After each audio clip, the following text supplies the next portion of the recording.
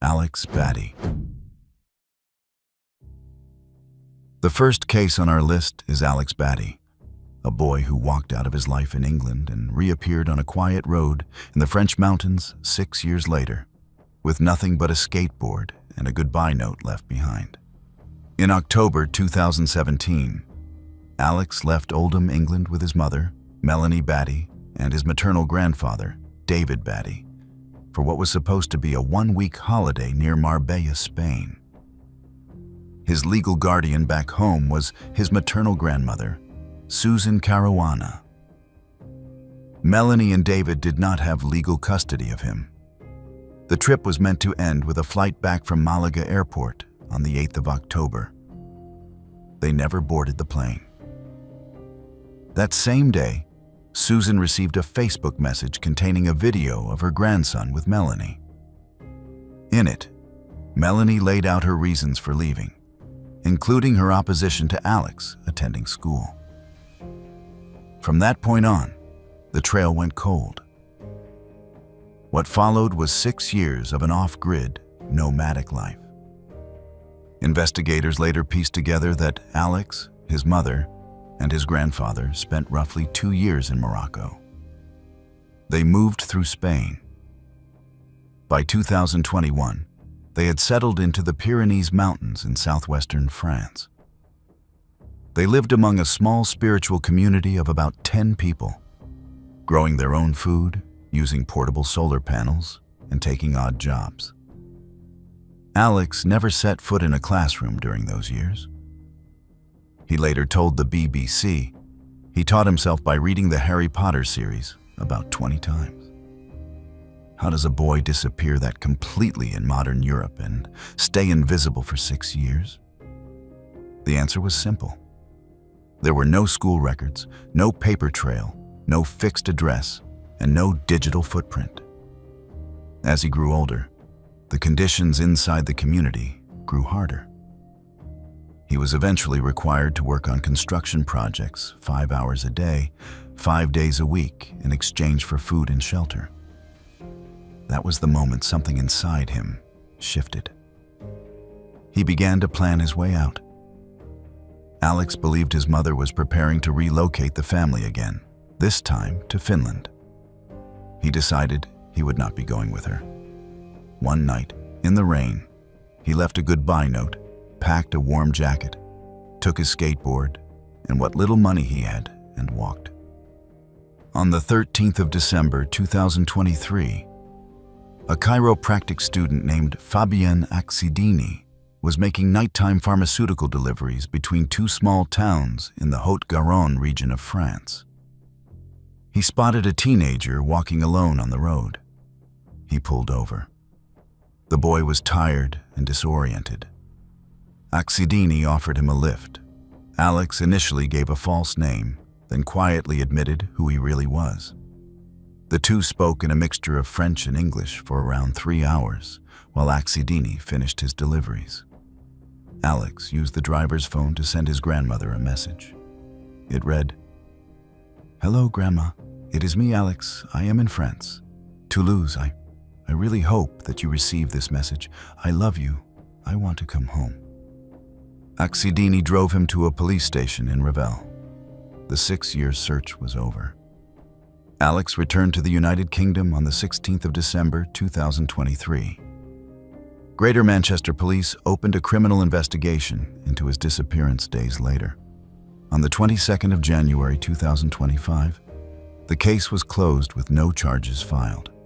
Detective Superintendent Matt Walker stated there was no realistic chance of prosecution and that Alex was now safe and reintegrated. His grandmother had told the BBC the year before that prison was the last thing she would want for her daughter. Today, Alex lives back home in Greater Manchester with a grandmother who never stopped waiting.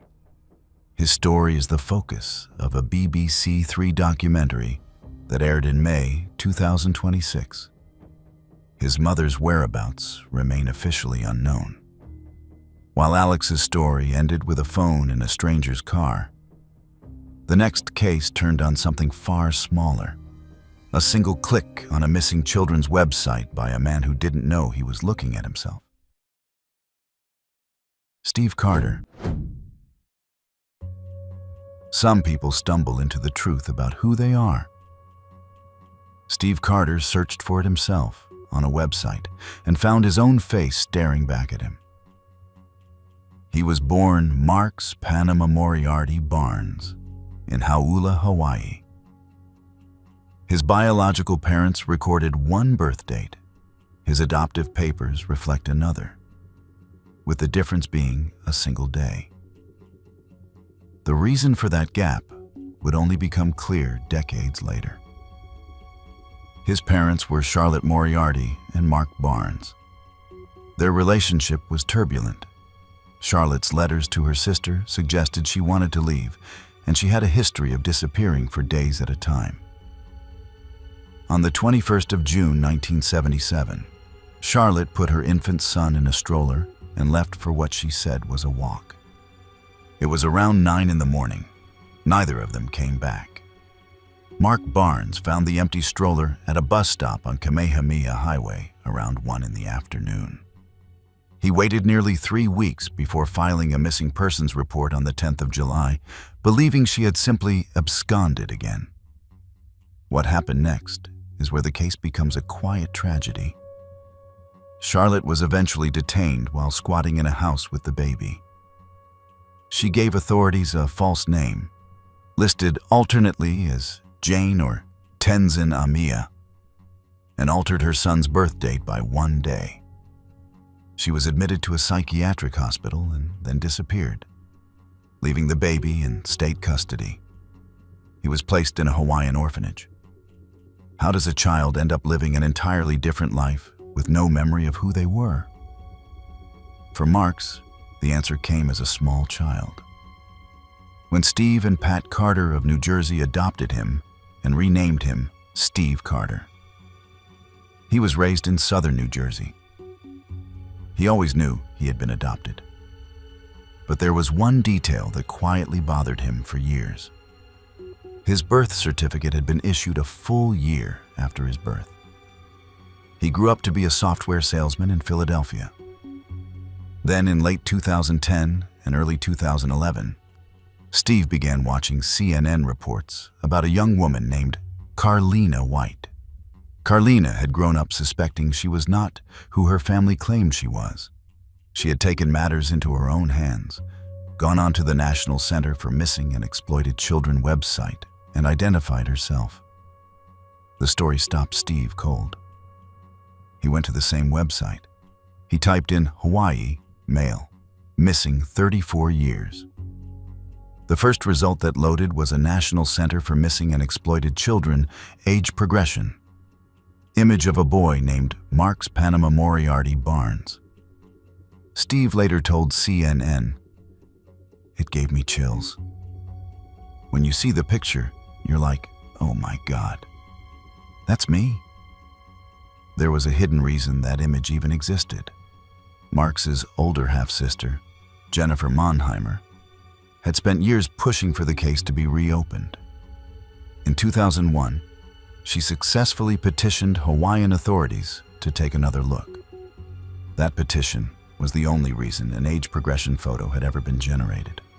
If Jennifer had given up, Steve Carter would have searched for his face and found nothing. In February 2011, Steve contacted Honolulu police and submitted a DNA sample. 8 months later, the results came back. He was Marks Panama Moriarty Barnes. What is striking about this case is what came after. Charlotte Moriarty was never criminally charged for taking her son. Her whereabouts have never been confirmed. Steve has speculated she may have traveled to East Asia and died there. There were no arrests, no court hearings, no closure of that kind. Steve eventually spoke to his biological father by phone. They never met in person before Mark Barnes passed away in 2023. He has built a relationship with his half-sister Jennifer, the woman whose persistence created the image that brought him home. He has spoken publicly only when the National Center for Missing and Exploited Children needed someone to defend its age progression program. While Steve found his identity through a single search, the next case took 55 years and a phone call from a daughter who refused to stop asking questions about her mother's past. Dolly Ann Henson. A woman in California spent 55 years carrying a name that was not her own. Her real name was Darlene McDaniel. The story of how she lost it begins with a neighbor and what was meant to be a simple train ride. Darlene was born around 1948 in Houston's 5th Ward in Texas. Her mother was a woman named Helen, and she had several siblings, including a brother she remembered as Darnell. Around 1954, when Darlene was a small child, a female neighbor offered to take her on what was described as a train ride. The woman had Helen's trust. Darlene climbed into the car with her. That ride did not end the way anyone expected. The woman drove first to Louisiana. From there, she continued on to the Oakland and San Francisco area of California, around 1,600 miles from Houston. The woman renamed her Dolly Ann. She altered her birth date. She forged a new birth certificate and locked the original documents in the trunk of a car. Those original documents were later destroyed when the car caught fire. How do you erase a child's identity that completely? In Dolly's case, the woman finished the job by repeating one lie over and over again. She told the little girl that her biological family had never wanted her in the first place. That single sentence became the wall between Dolly and the truth for half a century. The woman who took her was never publicly named. She was never charged. She passed away in 1977, making any prosecution impossible long before anyone knew Dolly was missing in the first place. ABC News, which later covered the reunion, declined to print the woman's name because she had never faced charges. Dolly grew up in California. She married. She had 3 daughters, including one named Kia Ora Henson. As her daughters grew older, Dolly began telling them the story she had never been able to shake. That she had been taken, that she had family somewhere in Texas, that somebody, somewhere, might still remember her. Her daughters refused to let it stay a story. They posted on missing persons bulletin boards. They searched online. They asked questions. For years, nothing came back. Then, in November 2009, Kia Ora reached out to KTR KABC 13 in Houston. The local team ran the story. Within days, somebody recognized the face. A nephew-in-law spotted the resemblance between Dolly and a woman named Donilla McDaniel, Dolly's aunt. Once Donilla saw the photograph, the picture clicked into place. Calls were made, names were checked. On the 13th of November 2009, Dolly picked up a phone and spoke to her brother for the first time in 55 years. The conversation moved fast. Within days, the families were reunited live on Good Morning America weekend. There was one piece of information she could no longer recover. Helen, her biological mother, had passed away in 1998. Dolly had missed her by 11 years. The woman who had spent decades wondering whether her daughter was alive went to her grave never knowing. That detail still stings inside the timeline. What Dolly did have were her remaining relatives. By the time she came back to Houston for Christmas 2009, she had 8 living siblings waiting. Her brother Robert flew in from Dallas on Christmas Eve. There was an aunt, cousins, a sister. She spent the holidays in the city she had been taken from. She told reporters at the time, "What does the Bible say? I once was lost, but now I'm found." The kidnapper was buried more than 30 years before the truth came out. The mother she had been searching for had been gone for over a decade. And yet the family Dolly did meet had never stopped hoping.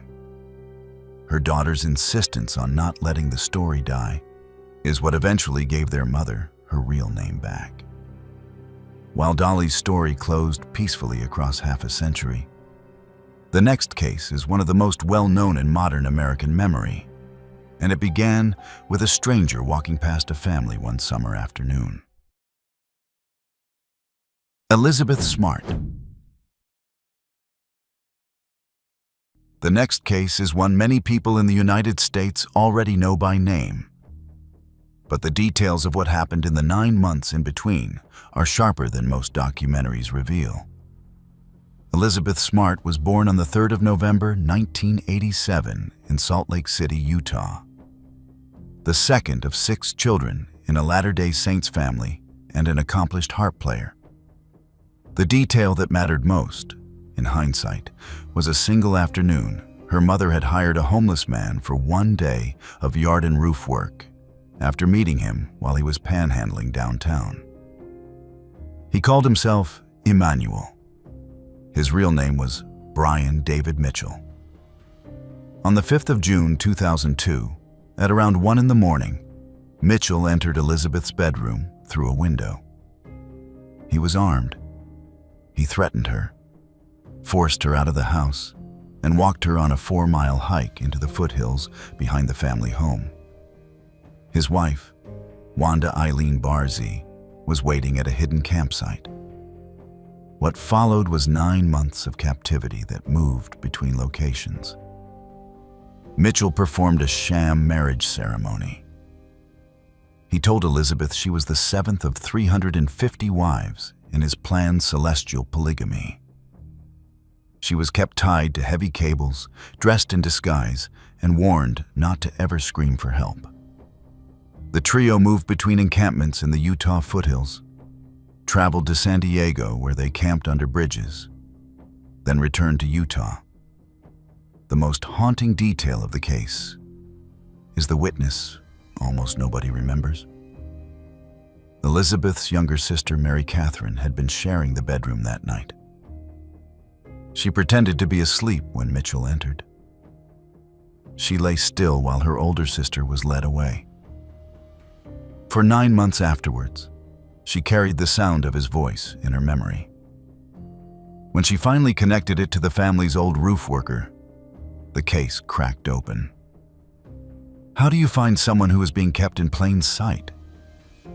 The answer was a sketch, a television show, and 2 ordinary couples in a Utah suburb. After Mary Catherine identified the voice, police released a sketch of Mitchell. The cases were broadcast on America's Most Wanted and Larry King Live. On the 12th of March 2003, 2 separate couples in Sandy, Utah, recognized Mitchell from those broadcasts. Sandy police pulled the trio over. Elizabeth was wearing a gray wig, sunglasses, and a veil. She first identified herself as Augustine Marshall, before officers gently confirmed who she really was. What followed in the courts took years. Wanda Barzee pleaded guilty in federal court in November 2009 to kidnapping and unlawful transportation of a minor. She was sentenced to 15 years in federal prison and released in September 2018. Brian David Mitchell was twice ruled incompetent in state court before a federal grand jury indicted him in 2008. A jury convicted him in December 2010. He was sentenced to life without parole in May 2011. The story did not stop there. In May 2025, Wanda Barzee was arrested again at her Salt Lake City home for entering Liberty Park and Sugar House Park in violation of her release conditions. In October 2025, Mitchell was transferred from a federal facility in Indiana to FCY Lewisburg in Pennsylvania after multiple in-prison attacks on him by other inmates. Elizabeth, now 38, earned a music degree from BYU. She married Matthew Gilmore in February 2012. They have 3 children. She founded the Elizabeth Smart Foundation and wrote a #1 New York Times bestseller called My Story, followed by Where There's Hope and Detours. A Netflix documentary on her case premiered in January 2026.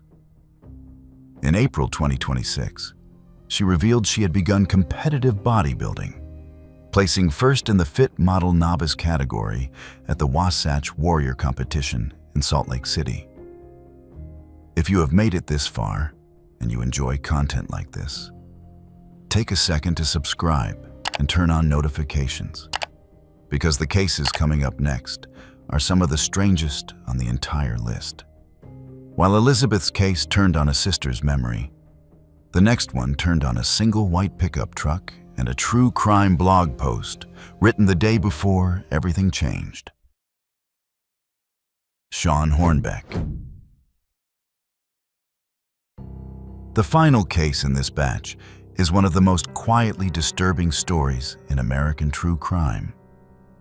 Because the missing boy was hiding in plain sight in a Missouri suburb the entire time. And a self-described psychic on national television had already told his family he was dead. Shawn Hornbeck was born on the 17th of July, 1991, to mother Pam Akers and stepfather Craig Akers in rural Richwoods, Missouri, around 55 miles southwest of St. Louis. On the 6th of October 2002, Shawn rode his lime green bike to a friend's house. He never made it. A man named Michael John Devlin, then a 36-year-old IMO's pizza manager and part-time funeral home worker from Kirkwood, Missouri, struck Shawn off his bike with his white pickup truck. According to the case file, Devlin told the boy, "You were just at the wrong place at the wrong time," before taking him. Devlin was an adopted child raised in Webster Groves. He had developed serious health problems that resulted in 2 amputated toes earlier that year. His personality, friends and family said, had withdrawn after that.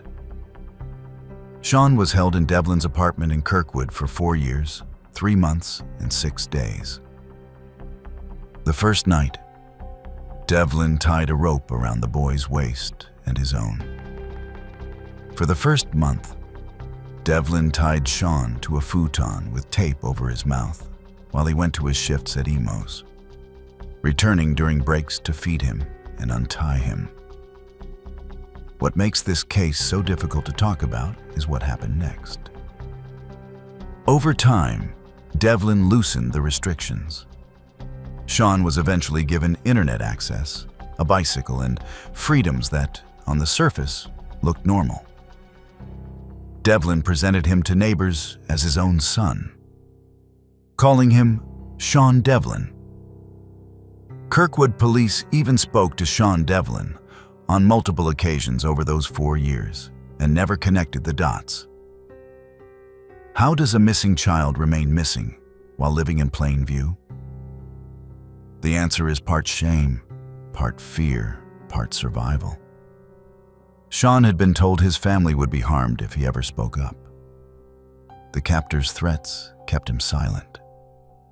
And while he sat inside that apartment, his mother and stepfather were appearing on national talk shows, desperately searching for any clue. At one point, a self-described psychic named Sylvia Brown told Pam and Craig Akers on the Montel Williams show that their son was no longer alive. They went home and tried to grieve a child who was alive less than 90 miles away. The break came on the 8th of January 2007, when Devlin took a second boy. William Ben Ownby was grabbed at a bus stop in Beaufort, Franklin County. Ownby's friend Mitchell Holtz saw the white pickup. He gave a description to police. The next day, true crime writer Michelle McNamara, who would later write I'll Be Gone in the Dark, posted on her blog connecting the new abduction to the Hornbeck case. She did this 24 hours before officers solved it. On the 12th of January 2007, FBI agents M.L. Lynn Willett and Christina Tina Kinney walked up to Devlin at the Emo's Pizza in Kirkwood. He confessed. Both boys were rescued from his apartment. The press called it the Missouri Miracle. Devlin pleaded guilty in October 2007 to charges in Franklin County, Washington County, and federal court. The total came to 74 life sentences plus 2,020 additional years, around 4,240 years in total, for kidnapping and related offenses. He is incarcerated at Crossroads Correctional Center in Cameron, Missouri. In April 2011, he was attacked by another inmate and placed in protective custody. Sean Hornbeck still lives in the St. Louis area. He is married. He's a father. The Sean Hornbeck Foundation closed in 2013 due to funding constraints. Volunteers from the foundation went on to found the Missouri Valley Search and Rescue Team to continue the work. Sean himself has chosen to live privately. The cases on this list keep getting stranger. The next one happened in a basement in Austria, behind a door no one outside the family even knew existed, while Sean's case unfolded inside an apartment in suburban Missouri. The next one happened behind a hidden door in an Austrian town, where neighbors walked past the same house for years without knowing what was beneath it. Elizabeth Fritzl. Elizabeth Fritzl was born on the 6th of April, 1966 in Amstetten, Lower Austria. Her parents were Joseph Fritzl, an electrical engineer with a serious criminal record from a previous offense in 1967, and her mother Rosemarie. Joseph began harming Elizabeth during her childhood. In January 1983, Elizabeth ran away to Vienna. Police picked her up and returned her home. That single decision would shape the next quarter century of her life. What no one knew at the time was that Joseph had already been preparing. As far back as 1978, he had obtained official building permits to expand the basement of the family home at Ibstrasse 40. By the time Elizabeth came back from Vienna, the foundation of her future prison had already been built underneath her own house. How does someone vanish into a basement in the middle of a populated Austrian town and stay invisible for over 20 years? The answer was, like many of the worst cases on this list, hidden in plain sight. On the 28th of August, 1984, Joseph lured Elizabeth into the cellar by asking her to help with a heavy door.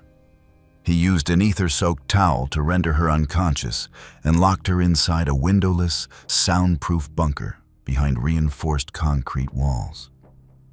Then he went upstairs and told his wife, the police, and anyone else who asked that Elizabeth had run away again, this time to join a religious cult. To make the story stick, he forced Elizabeth to write letters from her hidden room, claiming she was safe and did not want to be found. Rosemarie believed it. Friends believed it. Authorities believed it. The Fritzl home rented out rooms upstairs to tenants for years, and the tenants were told to ignore any unusual sounds from below as faulty pipes. For 2.5 decades, the bunker held its secret. Elizabeth had 7 children during her time in the cellar. 3 of them, Kirsten, Stefan, and Felix, were kept downstairs with her and had never seen sunlight until they were rescued. 3 others, Lisa, Monica, and Alexander, were taken upstairs as infants and raised by Joseph and Rosemarie as foundlings supposedly left at their door by Elizabeth. The 7th child, a twin named Michael, did not survive past his first days. Joseph disposed of the body in the home furnace, which would later become the basis for a negligent homicide conviction. Now we get to the moment that finally cracked the case open. In April 2008, Kirsten, the eldest of the children kept downstairs, fell critically ill with severe organ failure. Elizabeth begged Joseph to get her medical help. On the 19th of April, Joseph carried Kirsten to the Amstetten hospital. Doctors found themselves with a critically ill young woman and no medical history. They publicly appealed for the mother to come forward. On the 26th of April, Joseph released Elizabeth, Stefan, and Felix from the cellar, and Elizabeth went to the hospital. After a tip-off from Dr. Albert Reiter, police detained both Joseph and Elizabeth. Elizabeth only told the truth after officers promised her she would never have to see her father again.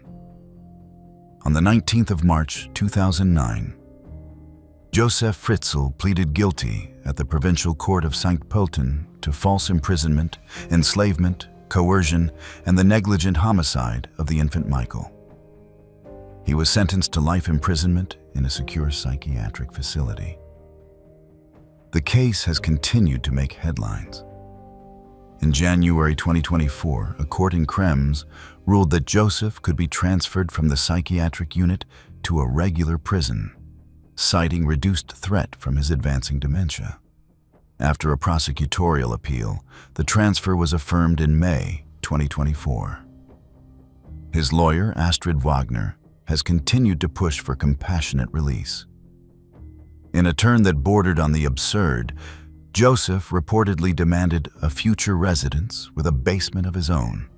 In October 2025, the court denied his request for release. Elizabeth, now in her late 50s, lives with her 6 surviving children in an undisclosed Austrian location, known publicly only as Village X. While Elizabeth's case was hidden in a basement, the next one was hidden in a courtroom mistake, with a child taken on what was supposed to be an ordinary holiday weekend. Kayla Unbehon. The next case shows how a missing child can be hiding in plain sight at a shopping mall in another state, and how a single Netflix episode managed to do what years of investigation could not. Kayla Unbehon was born around 2008 to her mother, Heather E. Unbehon, and her father, Ryan Iskirka, in South Elgin, Illinois. The two parents had never married, and their relationship had ended badly. By the time Kayla was a small child, her parents were already in a contested custody fight. In early 2017, after Heather falsely told the court that Kayla had rare health problems that prevented her from going on visits with her father, an investigation disproved those claims. The court ruled in Ryan's favor and granted him primary custody. Heather was allowed weekly supervised visitation and nothing more. That setup was always going to be a pressure point, and within months, it broke completely. Kayla spent the night of the 4th of July 2017 with her mother. Heather told her she was taking her on a camping trip. The next day, the 5th of July, Ryan went to Heather's home in Wheaton, Illinois for the scheduled custody return. Heather's family told him the pair had not come back. By the 28th of July 2017, Illinois prosecutors had issued a felony child abduction warrant for Heather.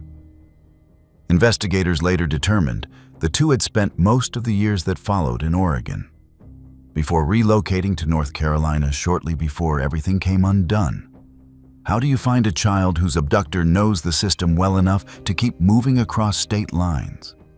In this case, the answer came not from law enforcement, but from a small business owner who had spent a quiet weekend watching a streaming series. On the 13th of May 2023, Heather and Kayla walked into a Plato's Closet at the Westgate Shopping Center in Asheville, North Carolina. They were shopping like any other mother and daughter on a normal weekend afternoon. The store owner was casually browsing the floor when she spotted Kayla. Something clicked. The owner had recently watched the November 2022 episode of the Netflix series Unsolved Mysteries, titled Abducted by a Parent. That episode had displayed National Center for Missing and Exploited Children posters of Kayla. The face had stayed with her. She quietly stepped away, called Asheville police, and described what she had seen. Officers arrived at the store at 7:26 in the evening. After confirming identities with South Elgin authorities back in Illinois, Heather was arrested on the spot.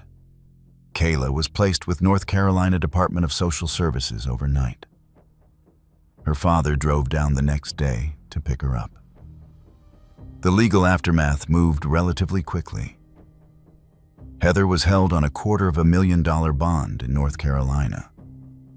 She posted bail on the 16th of May, 2023, then turned herself in to Kane County, Illinois, where she was held on a much smaller bond and required to wear a GPS monitor. On the eve of jury selection, she pleaded guilty to felony child abduction. On the 8th of October 2024, Kane County Judge David Clement sentenced her to 2 years of probation, an additional 6 months of GPS monitoring, and ordered her to have no contact with Kayla. The maximum possible sentence had been 3 years, and Heather did not get close to it. For Ryan, the years between 2017 and 2023 had been a quiet kind of nightmare. Birthdays passed, school years passed. The case was technically open, but in practical terms, it had stalled. The break was a complete coincidence, made possible only because a streaming platform had decided to feature the case, and one viewer happened to remember the face of a child she had never met. According to a National Center for Missing and Exploited Children update from 2025, Ryan and his wife Lisa report that Kayla, now a high school senior, is thriving, making lots of friends, and soaking up every moment of her senior year. The phrase the family used was that she was living the life of a normal, happy teenager. While Kayla's case was solved by a viewer who remembered a face, the next one was solved by a college application that flagged a number that should never have existed.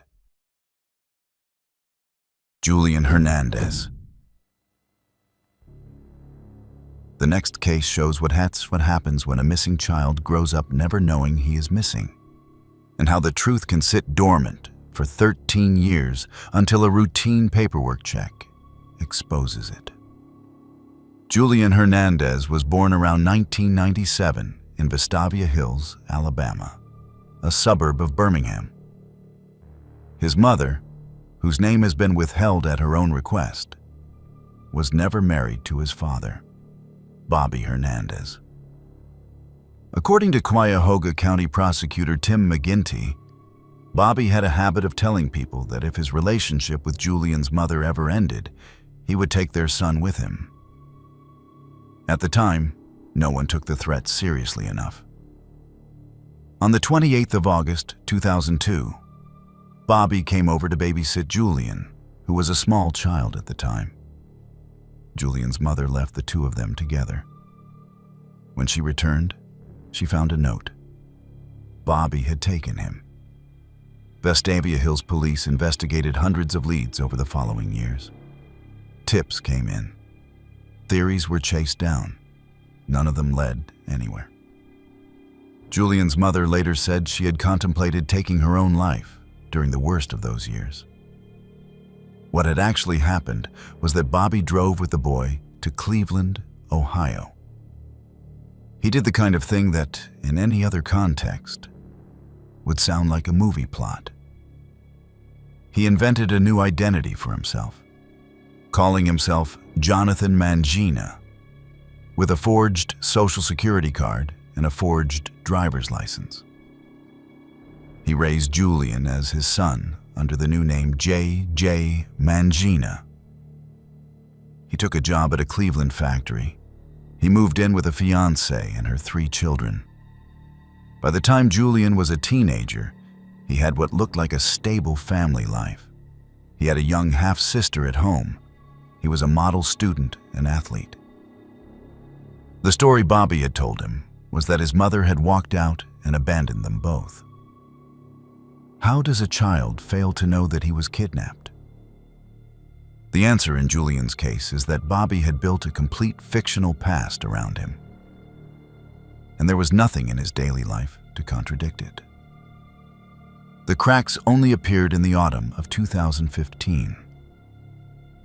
when Julian sat down to apply to college and to fill out federal financial aid forms. The Social Security number he had used his entire life flagged as inconsistent. Something about the records did not match. What happened next remains one of the more astonishing details in the case. Julian, now 18, told a school guidance counselor that he believed he had been kidnapped. It is not entirely clear how he had reached that conclusion before any official confirmation. The counselor contacted the National Center for Missing and Exploited Children. The FBI Cleveland Division and Vestavia Hills Police were notified on the 1st of November 2015. Within 4 days, Bobby Hernandez was under arrest.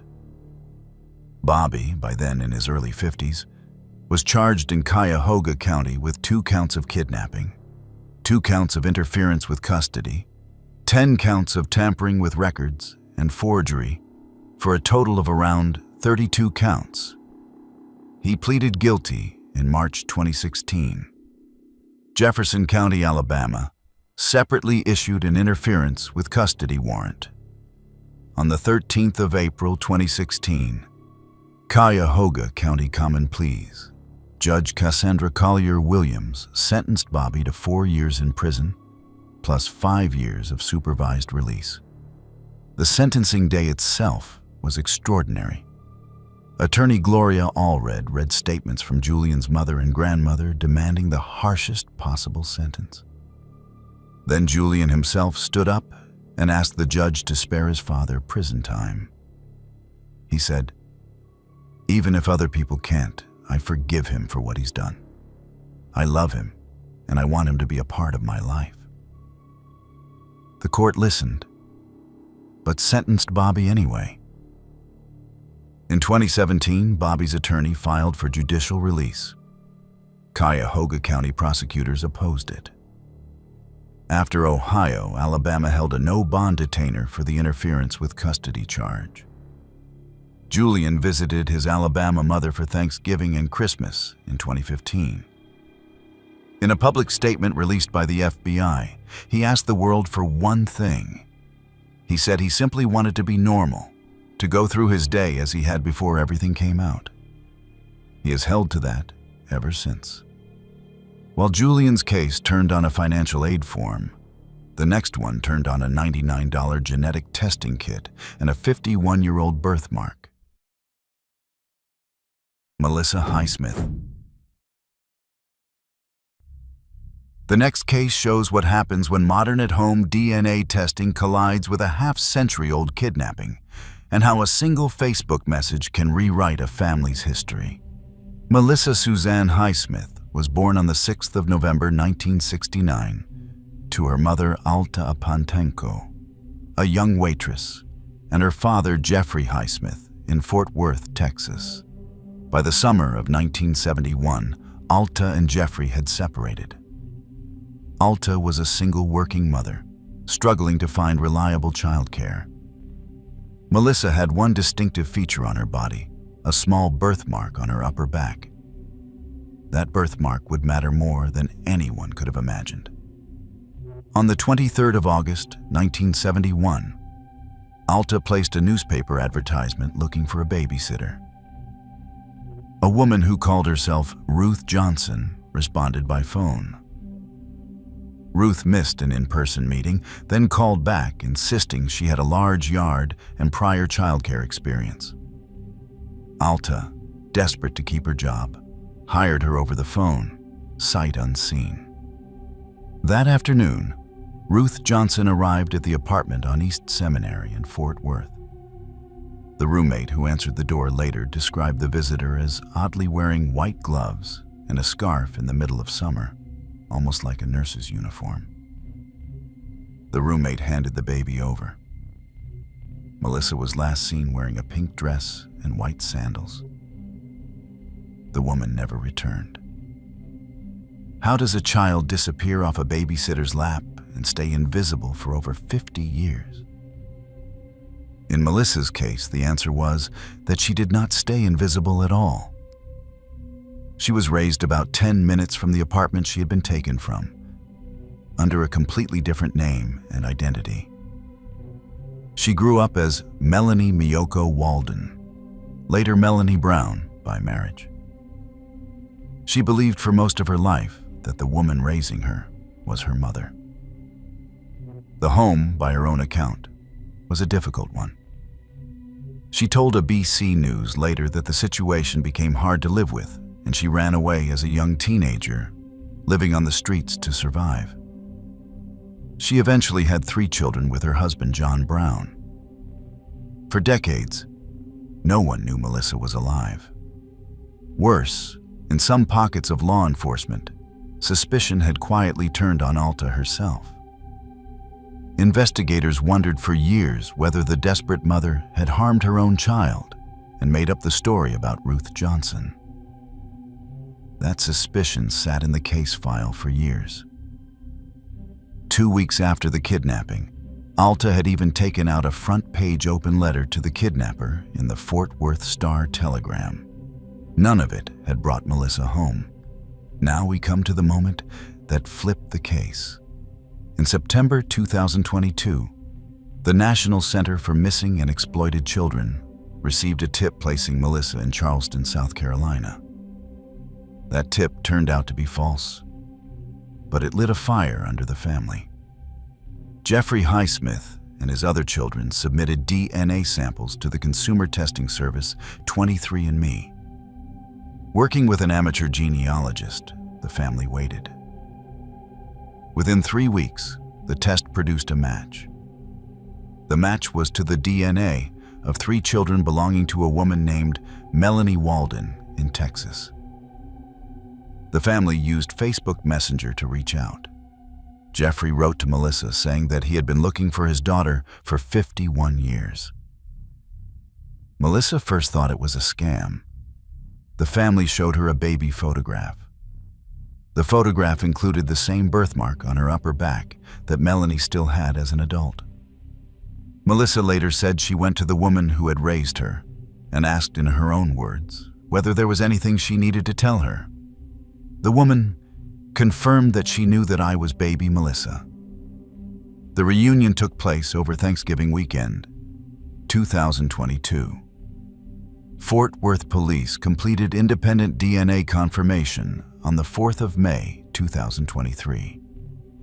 The criminal statute of limitations had expired 20 years after Melissa's 18th birthday, which made any prosecution impossible. The identity of the kidnapper, presumed to be the woman who raised her, has never been publicly named by police. Melissa has not pressed charges. In May 2023, Melissa stood in front of a Tarrant County judge and legally changed her name back to Melissa Highsmith. The courtroom gave her a standing ovation. While Melissa's case ended with a name being restored, the most striking case on the entire list ended with something almost no one had imagined. The missing person, quietly, asking to be left alone. Christina Plant.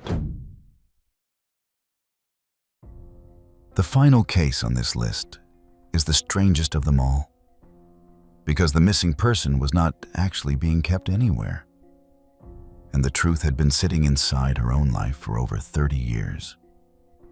Christina Marie Plant, known to family as Tina, was born around 1981. By the spring of 1994, she was living in or near Star Valley, Arizona, in Gila County, a quiet area northeast of Phoenix. She was the subject of a contested custody arrangement. Her father held legal custody, but Tina had been telling family members she wanted to live with her mother instead. She kept a horse at a nearby stable that she loved. At the time of her disappearance, she was reportedly living with an aunt and uncle who would later put up a $10,000 reward for her safe return. On the 15th of May, 1994, Tina was wearing a white t-shirt, multicolored shorts, and black tennis shoes. She left the house on foot to visit her horse at the stable. She never arrived. An uncle reported her missing. The case was officially classified as missing and endangered under suspicious circumstances. Authorities traced an unfamiliar vehicle near a nearby hotel and developed an early theory that she may have been taken by her non-custodial parent, her own mother. They could not confirm it. Her name went into national missing children databases. The case went cold for decades. How does a missing teenager from a small Arizona town stay missing for over 3 decades? The answer, as it turns out, was the most unexpected of all. The Gila County Sheriff's Office Cold Case Unit, led by Captain Jamie Garrett, used what investigators described as modern techniques, including social media records and public records, to identify an adult woman they believed was Tina Plant. Garrett picked up the phone and called her directly. The woman on the other end confirmed her identity. On the 1st of April 2026, Sheriff J. Adam Shepard announced she had been found alive at around 44 years of age. Garrett later said Tina sounded almost dumbfounded by the call. Tina told the captain, "That was a long time ago. That was an old life. She has her family now. That's not something she even thinks about." Then came the twist that flipped the entire case file. Tina told investigators that she had not been kidnapped at all. She had run away. Family members had helped her leave. The original theory, that she had met her non-custodial mother and chosen to leave Arizona, turned out to be correct. But it had never been formally confirmed. Former Gila County Deputy Terry Hudgens, who had led the original 1994 investigation, told NBC News that he had personally believed the case had been informally resolved within weeks of her disappearance, and that she had simply met her mother near the stable and left the state, possibly even out of the country. Chief Deputy James Lottie said the sheriff's office had been unaware of these details until they reached her in 2026. So where had Tina actually been all those years? According to a Daily Mail report cited by Fox News, Tina, now in her mid-40s, had been living quietly in Springfield, Missouri, more than 1,100 miles from Star Valley.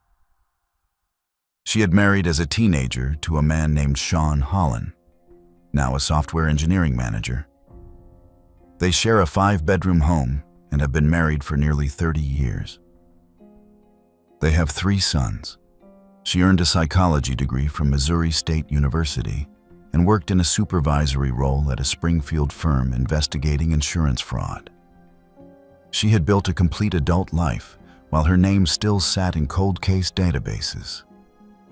The aunt and uncle who had once posted a $10,000 reward had been waiting for an answer that, by the time it came, was no longer the answer they had expected. Tina herself declined to cooperate with investigators about the details of her disappearance. She asked formally for privacy. No charges will be filed in the case.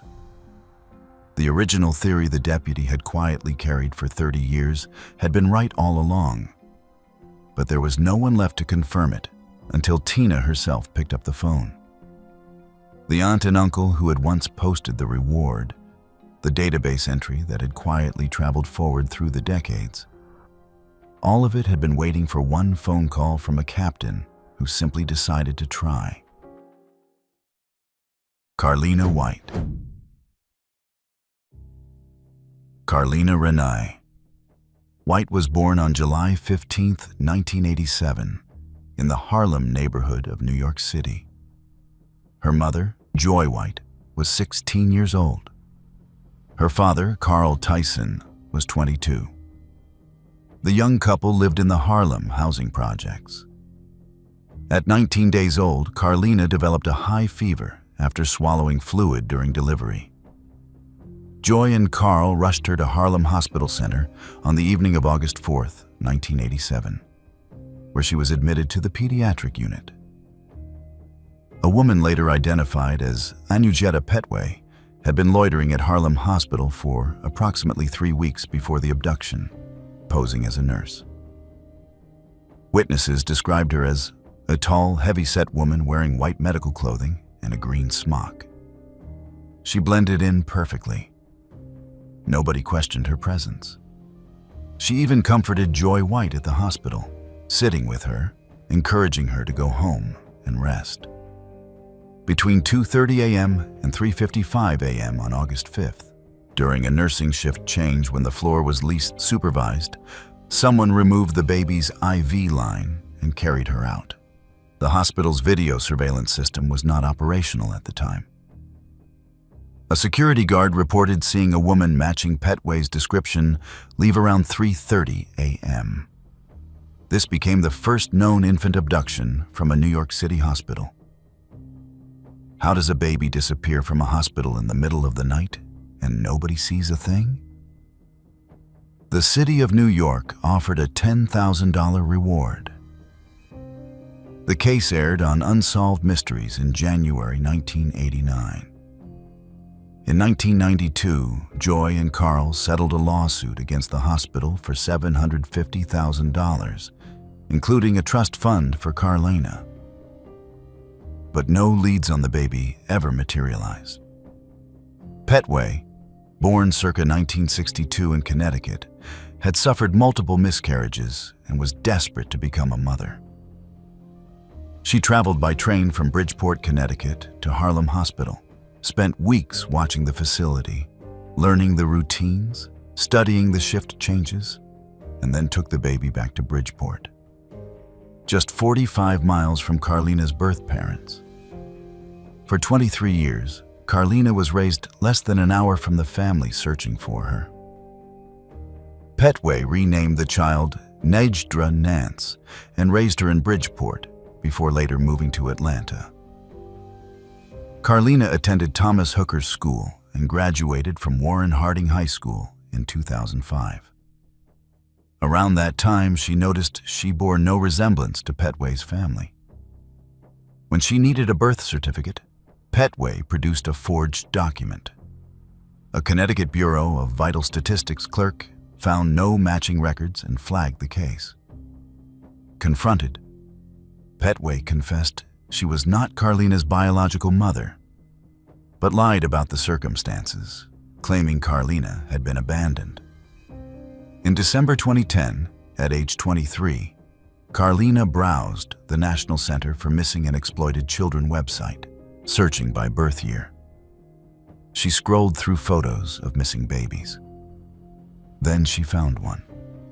A baby photo alongside an age progression sketch that closely matched her own appearance and shared the same birthmark on her arm. The resemblance was undeniable. She called the hotline. By January 2011, DNA testing confirmed her identity. Joy White was contacted and recognized Carlina instantly. The reunion at LaGuardia Airport made national headlines. NCMEC called it the longest abduction case ever solved by the center, 23 years, and the first in which the person taken led the reunification. She solved her own case. Because state charges had expired, federal charges were filed by U.S. Attorney Preet Bharara. Petway surrendered to the FBI on January 23, 2011. On July 30, 2012, she was sentenced to 12 years in federal prison plus 3 years of supervised release.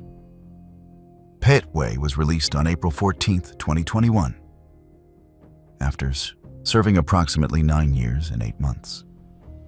Carlina lives privately in Georgia and has largely retreated from public life.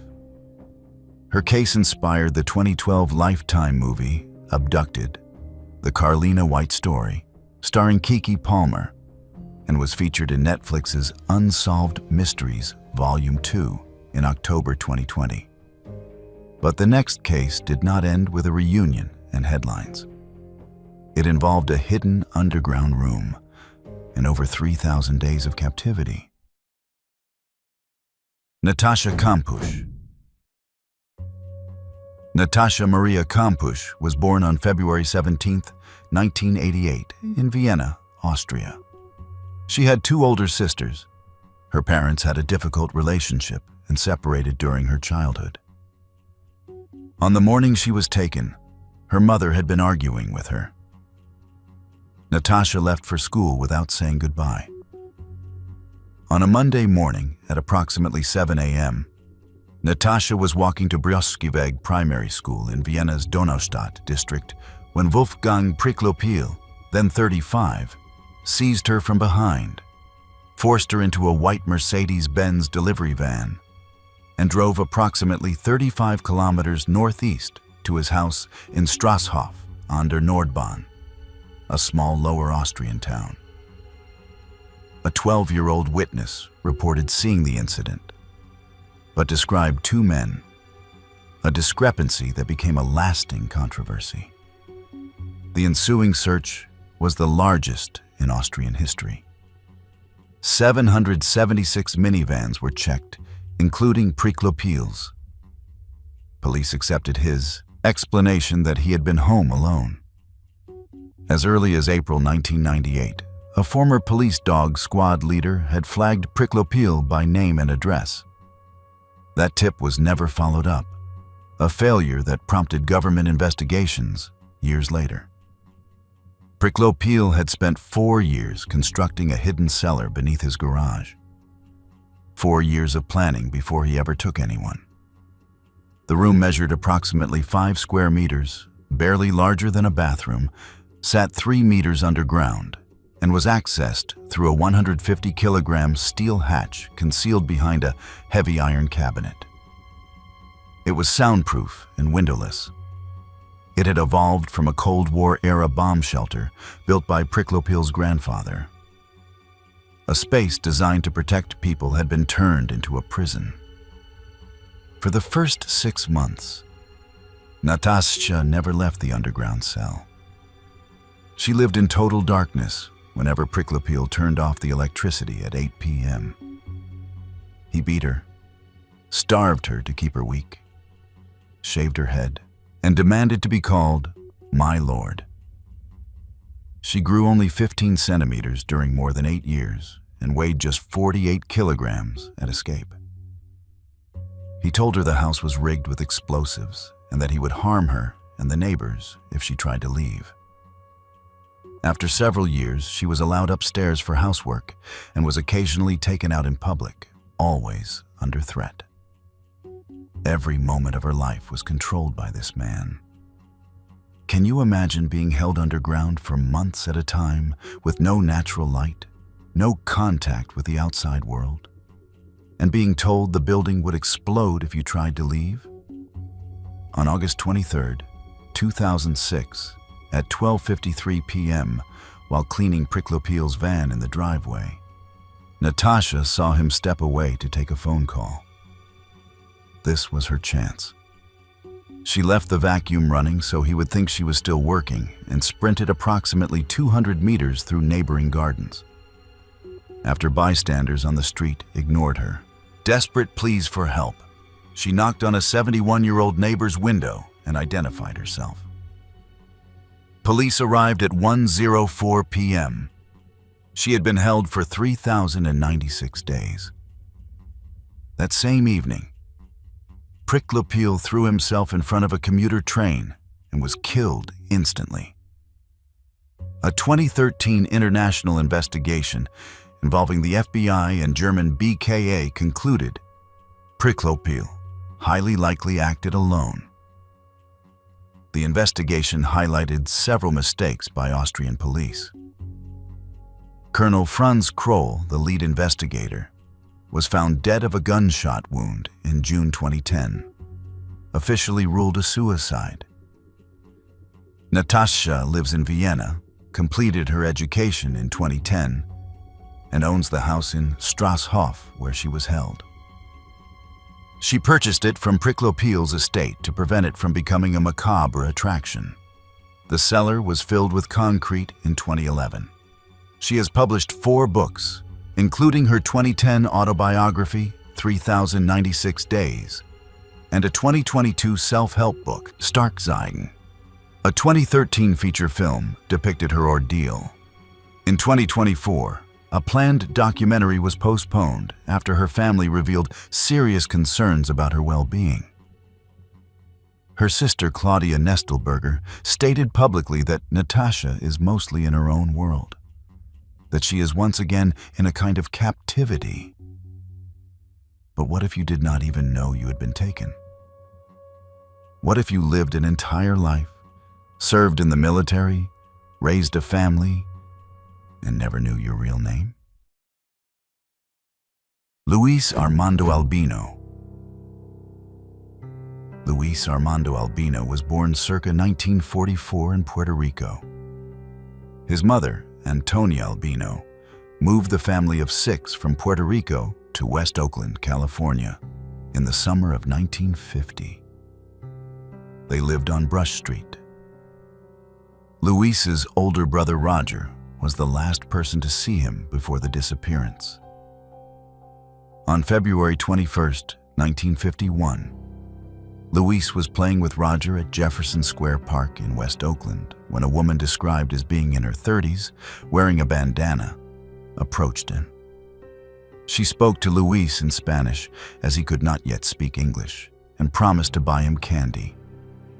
Luis went with her. Roger followed briefly, then ran home to get help.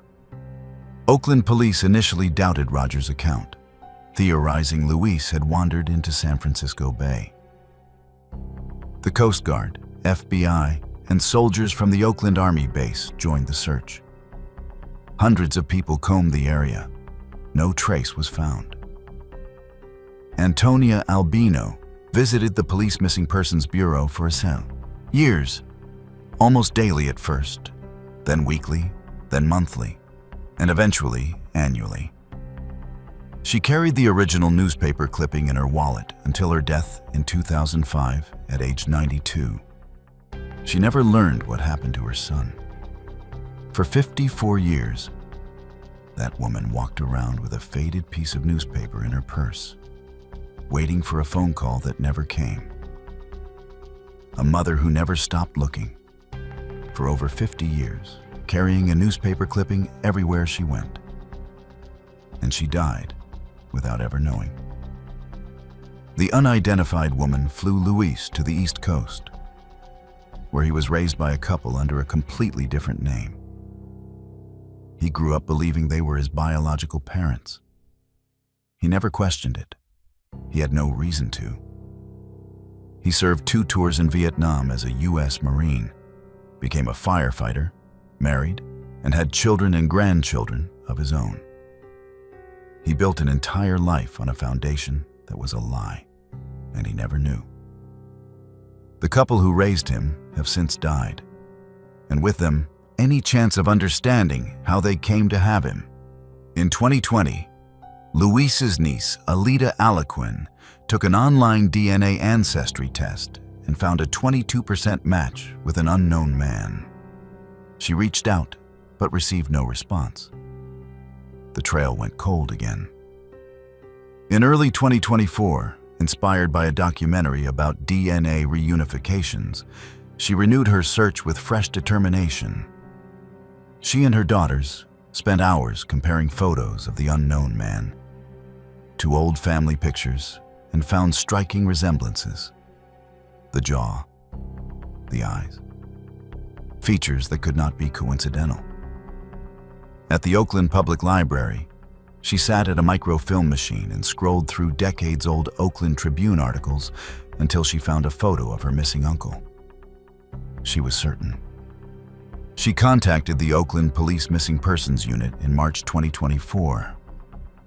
With assistance from the California Department of Justice and FBI, agents located Albino on the East Coast, interviewed him, and collected a DNA sample on June 20th, 2024. Investigators confirmed the match. On June 24th, 2024, Luis flew to Oakland and embraced his niece, saying thank you for finding me. 73 years, an entire lifetime lived under a different name, in a different state, with no idea who he really was. The next day, he reunited with Roger after 73 years. They grabbed each other and had a really tight, long hug. Two brothers, both elderly now, holding each other after a lifetime apart. Luis returned for a 3-week visit in July 2024. Roger died in August 2024, at peace knowing his brother had been found. He had waited his entire life for that moment. No charges have been filed. The woman who took Luis has died. Oakland police closed the missing persons case, but consider the investigation still open jointly with the FBI. Luis, now approximately 80, lives privately on the East Coast. But the next case lasted even longer in terms of captivity and involved something far more difficult to comprehend. J.C. Dugard. J.C. Lee Dugard was born on May 3, 1980, in South Lake Tahoe, California. Her mother, Terry Dugard, married stepfather Carl Probin when J.C. was 7. In 1990, the family moved to Myers, near South Lake Tahoe, believing it was safer than the Los Angeles area. J.C. was in 5th grade at the time she was taken. On June 10, 1991, J.C. was walking uphill to her school bus stop when a gray sedan pulled alongside her. Philip Garrido, 40, rolled down the window, and when J.C. approached, he used a stun device on her. His wife, Nancy Garrido, dragged the unconscious girl into the car. Carl Probin witnessed the event from near their home and chased the car on a bicycle but could not keep up. The couple drove approximately 120 miles to their home in Antioch, California. The district attorney later stated the Garridos had been gone shopping for a victim that day. Philip Craig Garrido had an extensive criminal history. In 1976, he kidnapped a 25-year-old woman named Catherine Calloway in Reno and held her in a warehouse for 5.5 hours. Convicted in 1977, he received a 50-year federal sentence but was paroled from Leavenworth in January 1988 after serving only 11 years. 11 years out of 50, he married Nancy Bocanegra at Leavenworth in 1981 while she was visiting her imprisoned uncle. After parole, the couple moved to Antioch and lived with Philip's elderly mother. Within 3 years of his release, he had taken J.C. J.C. was imprisoned in soundproofed sheds and tents behind the Garridos' house, enclosed by an 8-foot fence. She was renamed Alisa and forbidden from using her real name. She had 2 daughters by Garrido, the first born in 1994 and the second in 1997. Both births occurred without any medical assistance whatsoever. The Garridos forced the girls to call Nancy Mom and J.C. their older sister. The daughters did not know J.C. was their biological mother until after their rescue. Over the years, multiple neighbors filed complaints with authorities about activity in the backyard. But parole searches never penetrated the compound. Officers visited the front of the house and left. Nobody looked behind the fence. Nobody checked the sheds. How does a registered offender keep someone hidden in his own backyard for 18 years while parole officers visit his home and never find anything? On August 24, 2009, Garrido brought his daughters to the UC Berkeley campus, seeking permission to hold a religious event. He handed out religious pamphlets, and his behavior was immediately concerning. Special events manager Lisa Campbell found him erratic and the girls sullen and submissive. Something was not right. Campus police officer Allie Jacobs ran a background check and discovered Garrido was a registered offender on parole. She called his parole officer, Edward Santos Jr., who was shocked because he believed Garrido had no children. That single phone call changed everything. On August 26th, Santos ordered Garrido to the parole office with the girls. He arrived with Nancy, the daughters, and Dugard, introduced as Alisa. When a sergeant confronted him, Garrido confessed. Only then did Dugard identify herself. She was reunited with her mother Terry after 18 years, 4 months, and 16 days. On June 2nd, 2011, Philip was sentenced to 431 years to life and Nancy to 36 years to life. In her victim impact statement, read by her mother, JC wrote that she chose not to be there because she refused to waste another second of her life in his presence. In July 2010, California approved a $20 million settlement for failures by the Department of Corrections in supervising Garrido's parole. Nancy Garrido becomes eligible for parole in August 2029. JC now lives at an undisclosed location in California. She published 2 books, A Stolen Life and Freedom, My Book of Firsts, and founded the JAYC Foundation, providing animal-assisted therapy for families in crisis. Her daughters attended college and live privately. But the next case involved not one person held captive, but 3, all imprisoned in the same house on the same street in Cleveland for a decade. Amanda Berry, Gina DeJesus, and Michelle Knight. Amanda Marie Berry, born April 22, 1986, disappeared on April 21, 2003, the day before her 17th birthday, after leaving her job at a Burger King on Lorraine Avenue in Cleveland. Ariel Castro offered her a ride home. She knew his children and trusted him. Michelle Knight, born April 23, 1981, vanished on August 23, 2002, at age 21. Castro lured her with an offer of a puppy. Georgina DeJesus, born February 13, 1990, disappeared on April 2, 2004. She was a friend of Castro's daughter, Arlene. Castro offered her a ride while she was walking home from school. Ariel Castro, born July 10, 1960, in Yauco, Puerto Rico, worked as a Cleveland School District bus driver. He drove a school bus every day, trusted with other people's children, while 3 women were chained inside his home. He had a documented history of severe harm toward his former partner, Grimilda Figueroa. He broke her nose, her ribs, her arms, and caused a brain tumor. Despite 6 police visits to the home, he was never indicted. He kept the 3 women imprisoned at his home at 2207 Seymour Avenue in Cleveland's Tremont neighborhood. The women were chained in locked bedrooms with boarded-up windows. Over 90 pounds of chains, nearly 100 feet worth, were later recovered from the house. They were fed 1 meal a day and allowed to shower at most twice weekly. Michelle Knight suffered permanent injuries during captivity, including facial damage, hearing loss, and nerve damage. Amanda Berry had a daughter, Jocelyn, on Christmas Day, 2006. Knight helped deliver the baby under impossible conditions.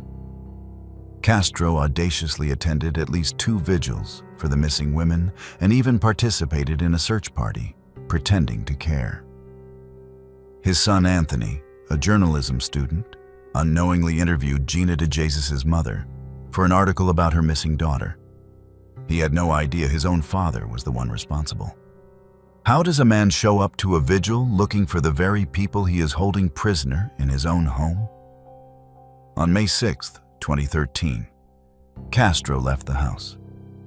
For the first time in years, Berry found the inner door unlocked. She screamed for help through the bolted storm door. Neighbor Charles Ramsey heard her and helped kick out the bottom panel. Berry crawled through with 6-year-old Jocelyn in her arms. Berry's 911 call became one of the most famous in American history. She said she was Amanda Berry, that she had been missing for 10 years, and that she was free. Officers rushed to the house and found Knight inside. She leaped into an officer's arms, repeating over and over that they had saved her. Castro was indicted on 977 counts. He pleaded guilty to 937. On August 1st, 2013, he was sentenced to life without parole plus 1,000 years. Castro told the court he was not a monster, that he was sick. Knight responded directly to him. She told him she had spent 11 years in a terrible situation and that his was just beginning. On September 3rd, 2013, just 1 month into his sentence, Castro was found dead in his cell at the Correctional Reception Center in Orient, Ohio. His death was ruled a suicide. The house at 2207 Seymour Avenue was demolished on August 7th, 2013. The community wanted it gone. Amanda Berry now hosts the Missing segment on Fox 8 News in Cleveland, partnering with the U.S. Marshals to help locate missing persons. Her daughter Jocelyn is described as thriving. Gina DeJesus co-founded the Cleveland Family Center for Missing Children and Adults in 2018, located deliberately near Seymour Avenue. Michelle Knight, who legally changed her name to Lily Rose Lee, married Miguel Rodriguez on May 6, 2016, the third anniversary of her escape. She founded Lily's Ray of Hope and Unleashed Animal Rescue. In April 2025, she spoke at the Riverview Center in Cedar Rapids, Iowa, about awareness for survivors. Berry and DeJesus co-authored Hope, a memoir of survival. Knight published Finding Me in Life After Darkness. If you have made it this far and enjoy content like this, consider subscribing to the channel. We cover cases just like these every single week, and the next 5 are just as unbelievable. But the next case involves a baby whose parents were found dead, and nobody even knew the baby existed. Holly Clues. Harold Dean.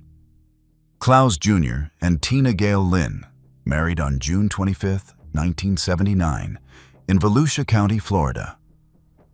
Their daughter Holly Marie Clowes was born on January 24, 1980. In the summer of 1980, the young family relocated from New Smyrna Beach, Florida, to Louisville, Texas, where Dean pursued carpentry work. They drove a 1978 Burgundy AMC Concorde belonging to Dean's mother, Donna Casasanta. The couple fell out of contact with their families around late October 1980. Nobody heard from them. No phone calls, no letters. Then on January 12, 1981, a civilian's dog found remains in a wooded area off Wallaceville Road in northern Harris County, Texas, roughly 250 miles from Louisville. Search parties found 2 bodies. Dean had been beaten to death. Tina had been strangled. Baby Holly was nowhere to be found. There was no sign of her anywhere. The bodies remained unidentified for 41 years. They were buried in anonymous graves at Harris County Cemetery No. 2, with no names on the markers.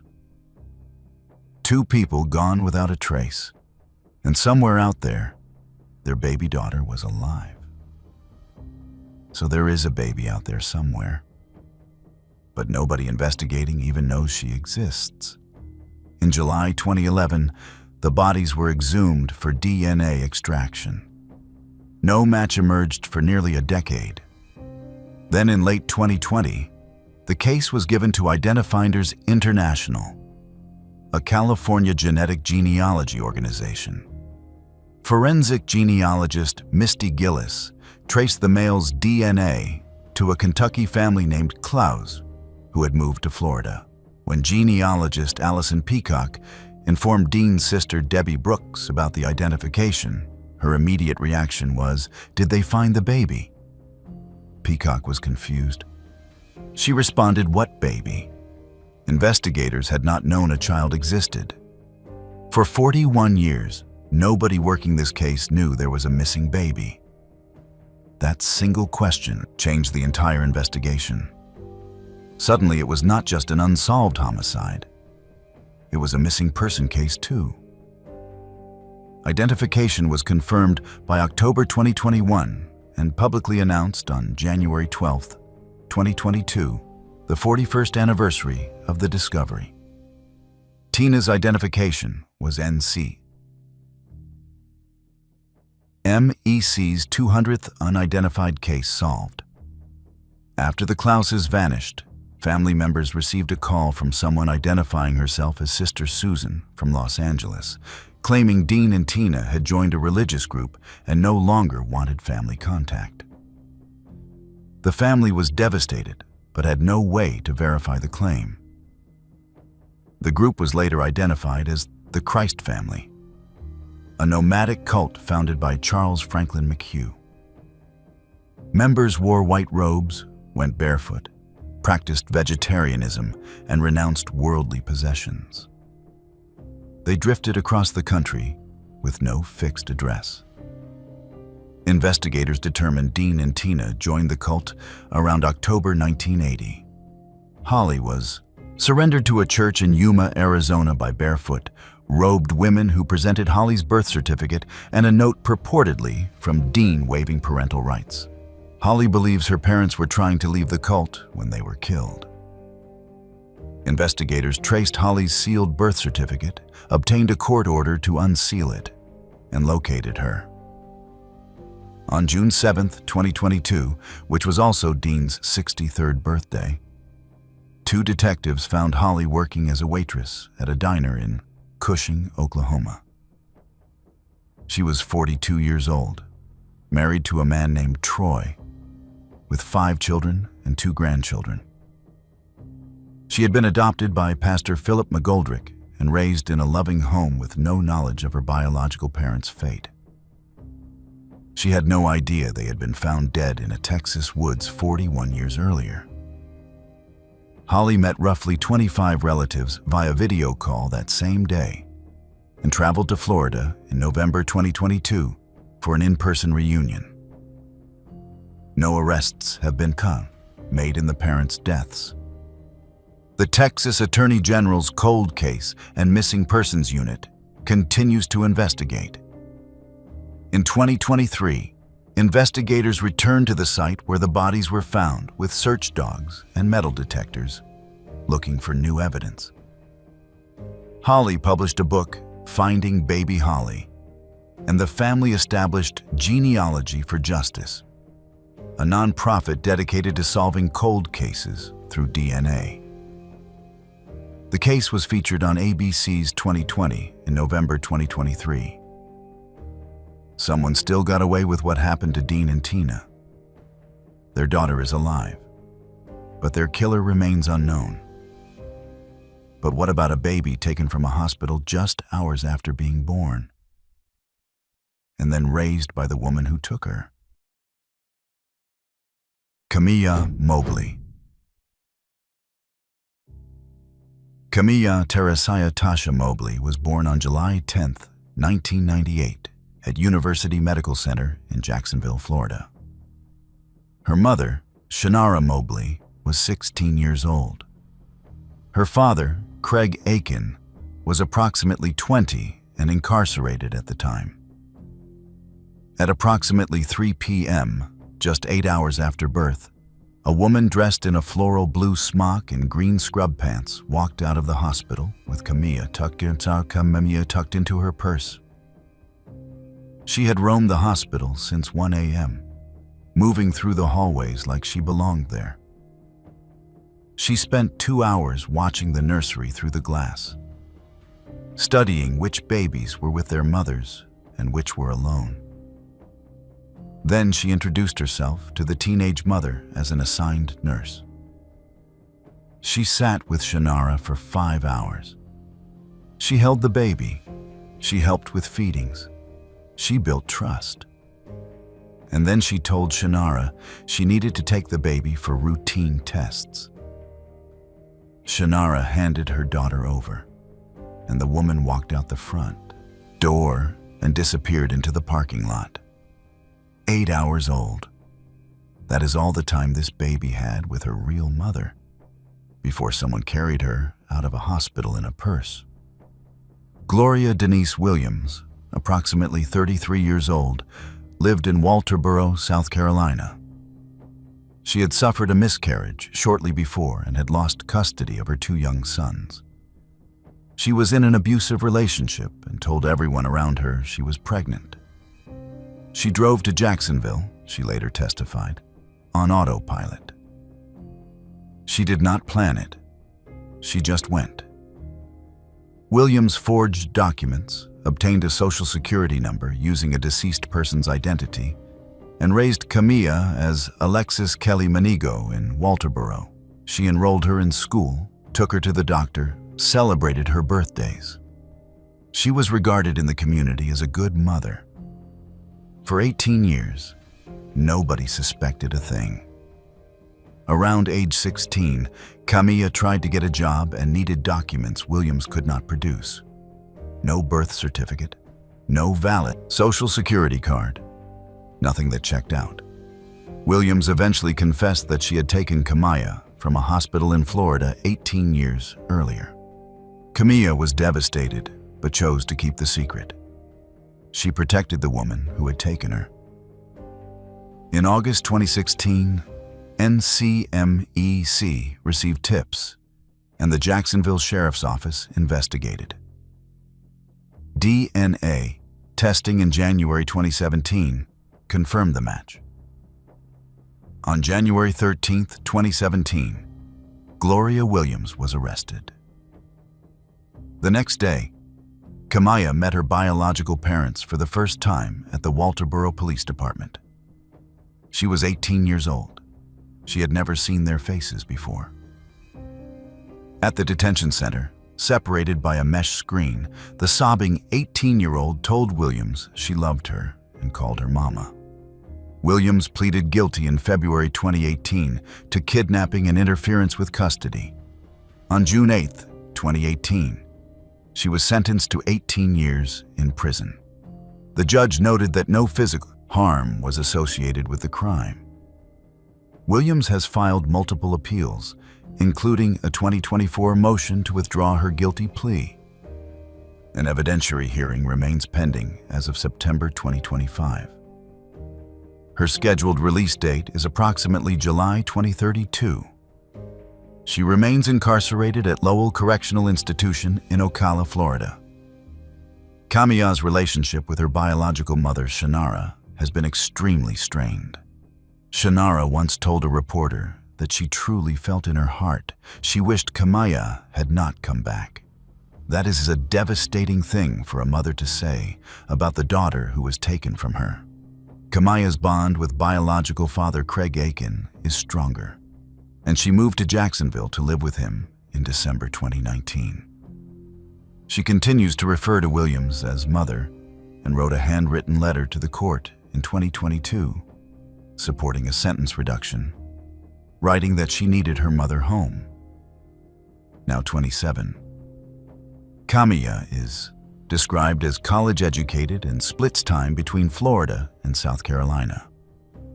The case inspired the 2020 Lifetime movie Stolen by My Mother, the Camilla Mobley story starring Niecy Nash. But what happens when the person who takes you is your own parent, and they hide you in another country for over a decade? Sabrina Allen.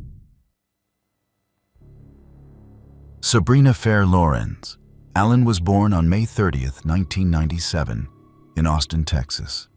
Her father, Greg Allen, was an engineering scientist at the University of Texas. Her mother, Dara Marie Lorenz, was later diagnosed with a personality disorder. After divorcing around 2000, Greg was granted primary custody. A court-ordered psychological evaluation determined Dara was likely to act in her own interest instead of her daughter's. On April 19, 2002, Greg dropped Sabrina at a family charity center for a court-ordered weekend visit with Dara. Sabrina said, "Daddy, don't ever forget me." Those were the last words Greg heard from his daughter for 12 years. Dara was to return her on April 21st, but never appeared. She enlisted a co-worker to drive them to Laredo, Texas, where, at a time when no documents were needed to cross the border, she purchased a bus ticket into Mexico. She changed both their names multiple times, dyed Sabrina's blonde hair dark, reportedly underwent plastic surgery to alter her own appearance, and told Sabrina her father had committed suicide and her grandparents were dead. Sabrina grew up believing she had no family left. She believed every word. She had no reason not to. What kind of person tells their own daughter that her father is dead, just to keep her hidden? The FBI issued a federal warrant on May 10, 2002. The case was profiled twice on America's Most Wanted. Greg Allen spent his life savings, hired private investigators, moved to Mexico City, and learned Spanish. He uprooted his entire existence to find her. In June 2003, authorities located Dara and Sabrina in Mexico City, but the response was too slow. By the time police arrived, they were gone. They vanished again into the country, moving from place to place. In 2008, Greg hired private investigator Philip Klein of KYC, Texas. Klein worked the case for years. A confidential informant eventually led investigators to a small apartment in Papalotla de Xicotencatl, Tlaxcala, Mexico, a town of roughly 3,800 people in the middle of nowhere. This was the kind of place you go when you do not want to be found. After 2 weeks of careful surveillance to confirm identities, a joint task force of FBI, U.S. Marshals, and Mexican federal police moved in. They arrested Dara on September 30th, 2014, at 11:32 a.m. Sabrina, now 17, was recovered minutes later. She had been missing for 12 years, 5 months, and 11 days. She had spent nearly her entire childhood believing her father was dead and that she had no family waiting for her. Dara pleaded guilty on December 21st, 2015, to aggravated kidnapping and interference with custody. She was sentenced to 6 years with approximately 1.5 years credit for time served. Her appeal on double jeopardy grounds was denied in 2017. Sabrina, who now goes by Fair, suffered severe PTSD. She had not attended school in years. She did not know her father was alive. She initially refused to see him. With therapy from Dr. Rebecca Bailey, a specialist in reunification cases, she gradually recovered. By late 2015, she had graduated high school and enrolled in college with aspirations to become a doctor. She and her father rebuilt their relationship slowly, one conversation at a time. The family has maintained strict privacy since. No public updates exist from 2024 through 2026. But the next case involves a young person who did something most people in his situation never could. He escaped not just for himself, but to save someone else. Stephen Stainer. Stephen Gregory Stainer was born on April 18, 1965, in Merced, California, to Delbert and Kay Stainer. He was the third of 5 children, including older brother Cary Anthony Stainer. On December 4, 1972, Stephen was walking home from school when Irvin Edward Murphy, posing as a church representative, lured him to a car driven by Kenneth Eugene Parnell. Parnell, a convicted predator who worked as a night auditor at the Yosemite Lodge, drove Stephen to a cabin in Cathy's Valley, Mariposa County. Remarkably, the cabin was just several hundred feet from Stephen's maternal grandfather's home. Parnell told Stephen his parents could not afford so many children and did not want him anymore. He pretended to call Stephen's mother, then claimed she did not want him back. A 7-year-old told by an adult that his own mother does not want him. Stephen believed it. He had no reason not to. He was renamed Dennis Gregory Parnell and enrolled at a local school under the false name. He was harmed beginning the first night. A woman named Barbara Matthias lived with them for 18 months and also mistreated Stephen. Parnell gave the boy drugs and alcohol and alternated between control and permissiveness, making sure Stephen felt dependent on him. They moved through multiple locations across rural California, from Cathy's Valley to Santa Rosa to Compilation, always staying in isolated areas. As Stephen got older, Parnell's interest shifted to seeking younger victims. Stephen recognized what was happening, and he intentionally sabotaged multiple attempts by Parnell to take other children, putting himself at risk to protect them.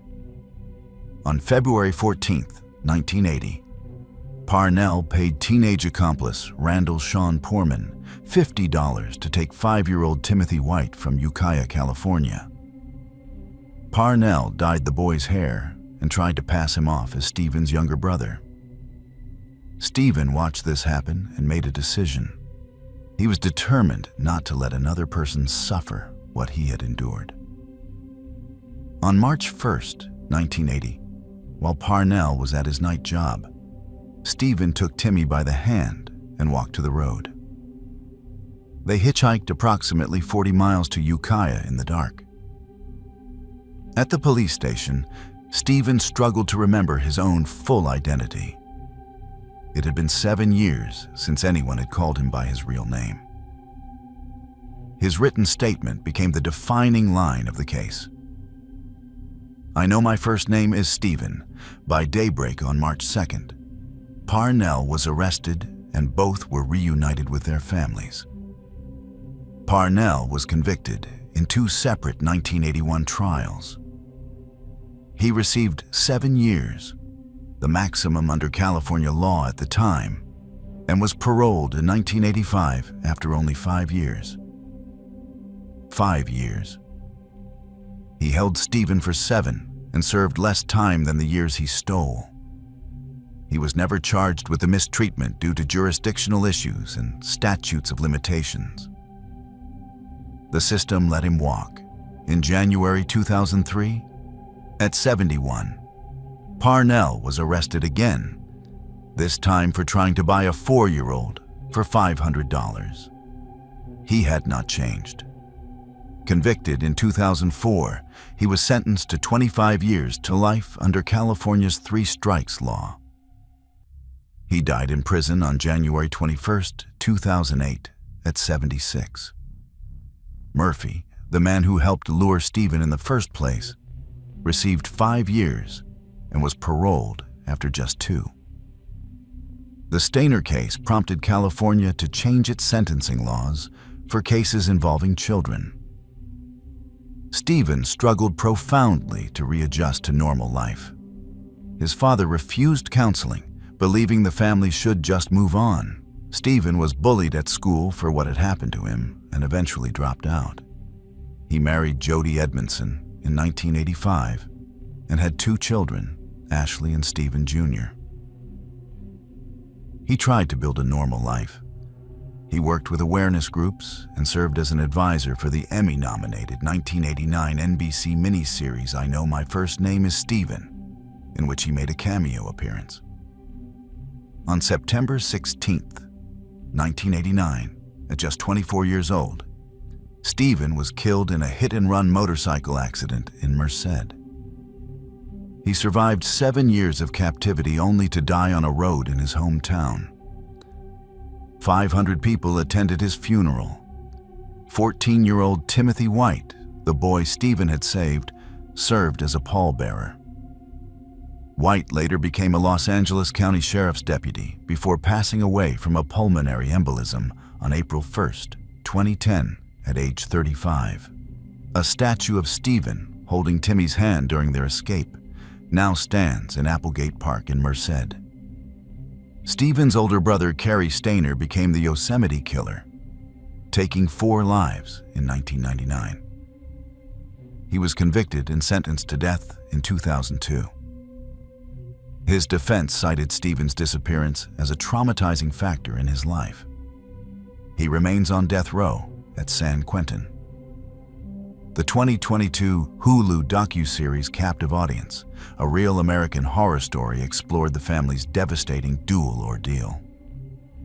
One brother taken, the other becoming a predator. One family, 2 unimaginable tragedies. But the final case on our list did not involve a predator or a stranger. It involved parents who hid their own daughter behind a staircase for over 2 years. Paisley Schultes. Paisley Joanne Schultes was the daughter of Kirk D. Schultes Jr. and Kimberly Cooper, who lived in Spencer, New York. In 2019, Paisley's maternal grandmother was granted court-appointed custody of Paisley and her older sister after raising concerns about the parents' behavior. Kirk Jr. had been arrested in North Carolina for possession of controlled substances. When authorities moved to place Paisley with the grandmother, the parents panicked and fled with her. Paisley was reported missing on July 13, 2019, from Cayuga Heights, New York, near Ithaca. Kirk Jr. told authorities that Kimberly had moved to Pennsylvania, and he did not know his daughter's whereabouts. In reality, Paisley and her mother were hidden at the home of the paternal grandfather, Kirk Schultes Sr., at 35 Fawn Road, Saugerties, New York, roughly 160 miles east.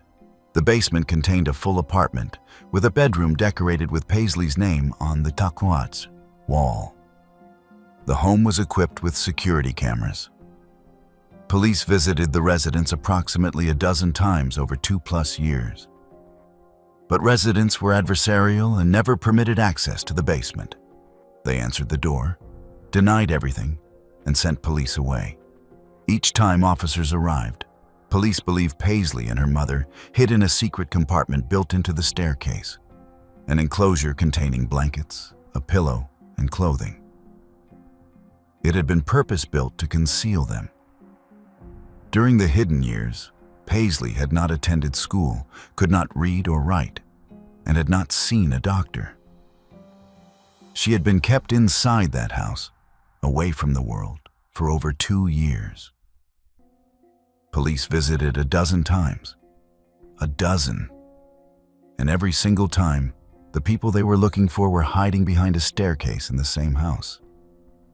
The officers were standing feet away from them and had no idea. On Valentine's Day 2022, police received a fresh and factual tip that Paisley was at the Saugerties home. This time, they were not leaving without answers. Uniformed officers stationed outside at 4 p.m. A search warrant was issued at 8:06 p.m. Kirk Jr. and Kirk Sr. again denied any knowledge, same as every other time.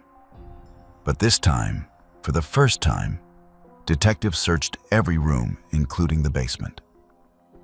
Detective Eric Thiele noticed something odd about the staircase construction. The wood did not match. The angles were wrong. Shining his flashlight through a gap between a stair and riser, he spotted a blanket. Using a Halligan tool, a firefighting pry bar, officers removed wooden steps and discovered a pair of tiny feet. They found Paisley and her mother, Kimberly Cooper, crammed into the small, cold, and wet space, where they had apparently been hiding for approximately 5 hours while the adults upstairs lied to police. All 3 adults were arrested. Kirk Jr. and Kirk Sr. were charged with custodial interference in the 1st degree and endangering the welfare of a child. Kimberly Cooper was charged with custodial interference in the 2nd degree and child endangerment. All pleaded not guilty. By July 2023, Cooper's criminal charges were adjourned, contemplating dismissal, and custody of Paisley was returned to her mother.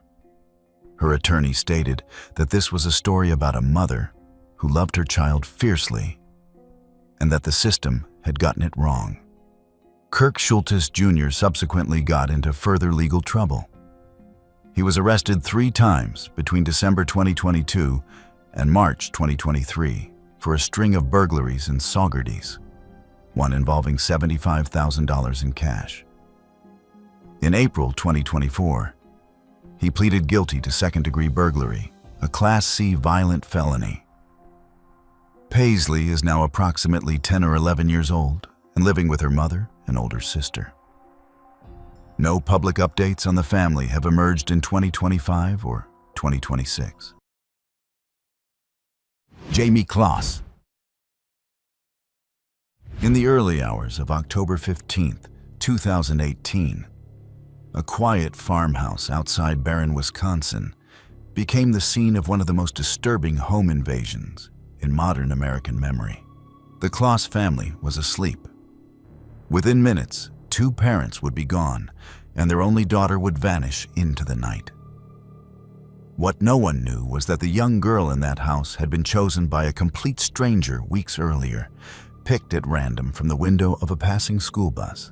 Jamie Lynn Kloss lived with her parents, James and Denise Kloss, in a small home outside Barron, a town of around 3,400 people.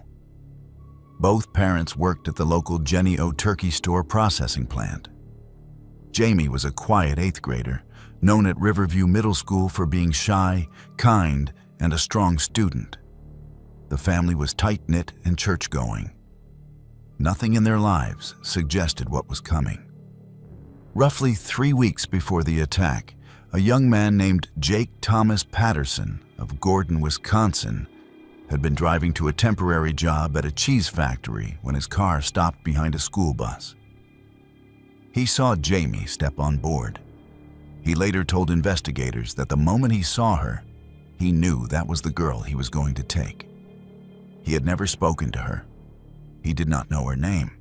How does a stranger fixate on a girl through a bus window and turn that into a plan? Patterson made 2 earlier failed attempts at the home before the night of the attack. On the 3rd try, he shaved his head and his face to avoid leaving any DNA behind. He wore a black coat and a ski mask. He carried his father's 12-gauge Mossberg shotgun. At 12:53 in the morning, he pulled into the Kloss driveway. The family dog began to bark. Jamie woke up and woke her parents. What happened next was over in minutes. James Kloss went to the front door and was shot through the glass. Jamie and her mother hid in the bathtub behind the shower curtain. Patterson kicked in the bathroom door, ordered Denise to tape Jamie's mouth shut, then shot Denise at point-blank range. Denise had managed to dial 911 from the bathtub before she was killed. The call ended in a hang-up with shouting in the background. Patterson taped Jamie's hands and ankles, dragged her to his car, and put her in the trunk. He passed arriving sheriff's deputies on his way out of the driveway. He drove her about 70 miles north to a remote cabin in Gordon, Wisconsin, that he shared with his father. He burned her clothes. When he left the cabin, or had visitors, he forced her under his twin bed and barricaded her in with plastic storage totes weighed down by barbell weight plates. The bed sat only about 2.5 inches off the floor. He played loud music to mask any noise. She was sometimes left for long stretches without food or water. For 88 days, no one outside that cabin knew where Jamie was. Then, on January 10, 2019, while Patterson was away applying for a warehouse job, Jamie pushed the totes aside, crawled out from under the bed, put on Patterson's sneakers, and walked out into 18-degree weather without a coat. She approached a neighbor, Jean Nutter, who was walking her dog, and said, "I'm Jamie Kloss. He killed my parents. I want to go home." Patterson was arrested less than 20 minutes later as he drove back toward the cabin. He confessed in detail. He had fantasized for over a year about taking a young girl prisoner. On May 24, 2019, a Barron County judge sentenced him to 2 consecutive life sentences without parole, plus 40 additional years for the kidnapping. Through her attorney at sentencing, Jamie spoke 9 words that have stayed with the public ever since. He thought he could own me, but he was wrong. She lives with her aunt now. She has a dog named Molly. She is reclaiming her life on her own terms. The next case took place far from any quiet farmhouse on a stretch of country road in Missouri, where one small piece of information from a teenage friend changed everything. Ben Ownby. On the afternoon of January 8, 2007, a quiet middle schooler named William Benjamin Ownby, known to everyone as Ben, stepped off his school bus at the end of his rural road in Beaufort, Franklin County, Missouri. He never made it home. What investigators did not yet know was that Ben's disappearance would crack open a 4-year mystery that had haunted another Missouri family since 2002, and that a 15-year-old boy with a sharp eye for detail would be the reason both of them came home alive. Ben got off that bus at the same stop every afternoon. The walk to his front door was short. On this particular day, a battered white Nissan pickup truck was parked nearby, and a friend of Ben's, 15-year-old Mitchell Holtz, happened to be in the area. Mitchell saw the truck speed away. He noticed the make, the color, the condition of the body, and the direction it took. He gave that description to police almost immediately. That single tip would become one of the most important leads in Missouri criminal history. What no one realized at the time was that the man behind the wheel had already done this once before. More than 4 years earlier, on October 6, 2002, an 11-year-old boy named Sean Devlin Hornbeck had been riding his lime green bicycle on a remote gravel road near Woodland Lakes Estates in Rich Woods, Washington County, Missouri.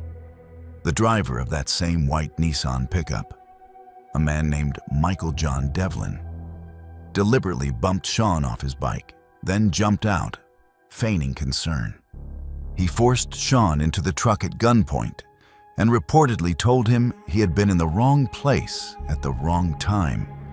For the next 4 years, 3 months, and 6 days, Sean lived inside Devlin's apartment in Kirkwood, Missouri, while his parents Pam and Craig Akers led a national search through the Sean Hornbeck Foundation. Devlin presented Sean publicly as his own son. The boy was even allowed gradual freedoms like internet access, a phone, and time outside, but he remained under constant threats against his family. How could a child stand in plain view for 4 years and never be recognized? Mitchell Holtz's tip about the white pickup changed everything. A statewide search for white Nissan trucks went out across Missouri.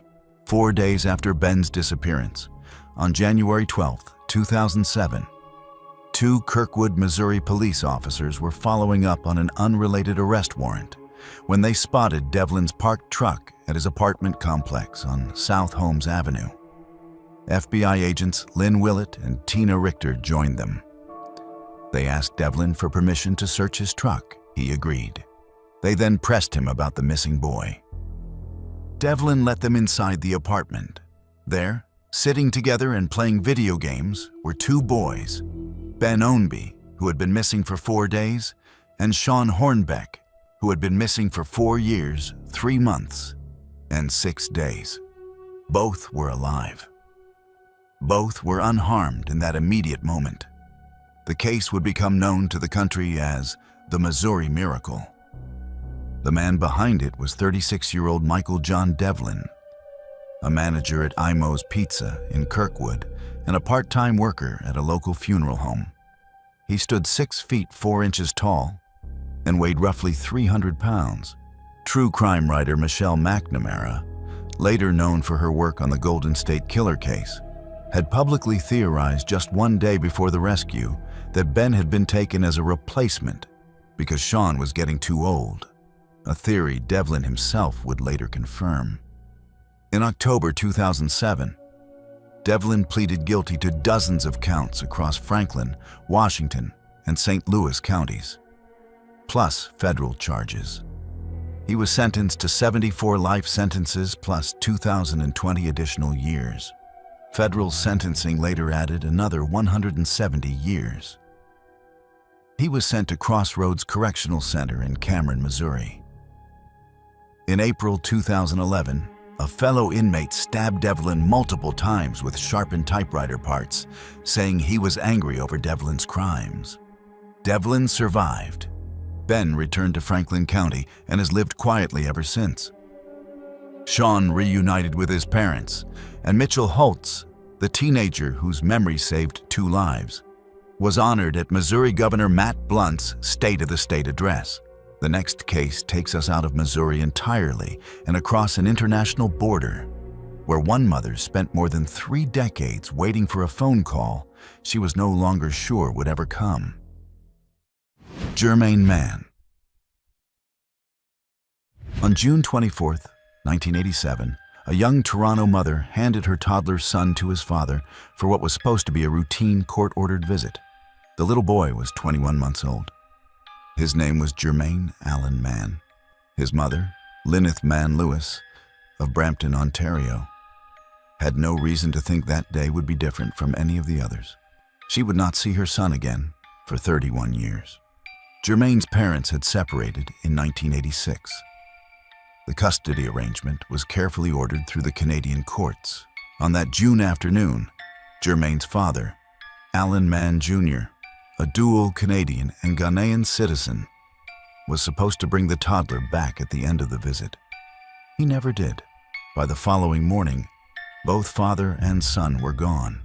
2 days later, Lyneth reported the disappearance to Toronto police and registered the case with the Missing Children Society of Canada. What the investigators did not yet realize was that Allen Mann had already crossed the border into the United States, taking his son with him. He carried counterfeit birth certificates with him, falsely claiming the family had been born in Houston, Texas. The documents listed St. Joseph Hospital for himself and Herman Hospital for Jermaine, both later confirmed as phony by Texas health authorities. He gave himself a new name, Haley D'Souza, and claimed he had been born in Texas in 1957. He gave Jermaine a different name too. The little boy's old life was erased. The two settled in Vernon, Connecticut, a small town about 20 kilometers east of Hartford. From 2004 onward, Allen Mann lived in HUD Section 8 subsidized housing under the false identity. He told Jermaine that his mother had passed away shortly after his birth. Jermaine grew up believing that. He went to school under the new name. He grew into a young man who had never once heard his real mother's voice. Authorities would later determine that Allen Mann had fraudulently collected over $125,000 US dollars in HUD housing benefits and over $55,000 US dollars in Medicaid payments under the fake identity. How does a child grow into a grown man without ever learning the truth about who he is? For decades, the case went cold in Toronto. Then, in 2016, Toronto Police's Fugitive Squad co-hosted an international fugitive tracking conference. Jermaine's case came up. Missing Children Society of Canada investigator Ted Davis, who had spent years on the file, asked the U.S. Marshals Service for help. In August 2018, Deputy U.S. Marshals interviewed several of Allen Mann's relatives and friends. One of them pointed them toward Connecticut and the D'Souza name. A forensic specialist at the National Center for Missing and Exploited Children was given an old photo of Allen Mann from 1987 and a copy of the 2015 Connecticut driver's license belonging to Haley D'Souza. Through age progression analysis, the specialist concluded the two faces belonged to the same man. Allen Mann Jr. was arrested in Vernon, Connecticut on October 26, 2018. The investigation had involved the U.S. Department of Housing and Urban Development, the U.S. Marshals Service, the Department of Homeland Security, the Toronto Police Service, and the RCMP. Toronto Police Detective Sergeant Wayne Banks called it believed to be the longest case in North America, if possibly not the world, where an abducted child is reunited with a parent where they're both in safe condition. Lyneth Mann Lewis was notified on October 25th. She drove from Brampton to Connecticut that weekend. Jermaine, now 33 years old, met his mother for the first time in 31 years. According to her later account at a Toronto press conference, his first words to her were, "Oh, Mommy, you have my eyes." They held each other for a long time. She cooked for him. He had been a vegetarian for years, but he broke that habit to eat the chicken she had prepared. He sat in court at his father's first U.S. appearance with his head in his hands, sobbing quietly. Alan Mann Jr. pleaded guilty to one count of making a false statement and served roughly 18 months in U.S. federal prison. He was later extradited to Canada to face the original 1987 abduction warrant. Jermaine has remained largely private. He has reconnected with his mother and met a half-brother for the first time. The next case takes us back across the border to a small town in Idaho, where a family invited the wrong man into their lives and almost lost their daughter twice. Jan Broberg. In the early 1970s, in the small Latter-day Saints community of Pocatello, Idaho, a respected family florist named Bob Broberg and his wife Mary Ann welcomed a new family into their lives through their local ward. The new family seemed like a gift. The Brobergs had 3 young daughters. The eldest was named Jan. Within a few short years, that family friendship would lead to 2 separate abductions, an alien-themed brainwashing operation, and one of the most disturbing cases of long-term grooming ever recorded in American true crime. The Berchtold family, led by Robert Berchtold, known as B, and his wife Gail, became inseparable from the Brobergs after meeting them in 1972. The Broberg children called Berchtold B and treated him as a kind of second father. He was charismatic, friendly, a local businessman, and seemingly devoted to his church and to his neighbors. What no one in the Broberg household understood at the time was that Berchtold had already begun grooming Jan from a young age, while at the same time manipulating both of her parents in completely separate ways. How does a man worm his way so deeply into a family that 2 abductions can take place before anyone fully sees the truth? The first abduction came on October 17th, 1974. Berchtold asked the Brobergs if he could take Jan horseback riding. The family agreed. Instead of going riding, Berchtold drugged Jan, strapped her to a bed in his motorhome, and drove her across the border into Mexico.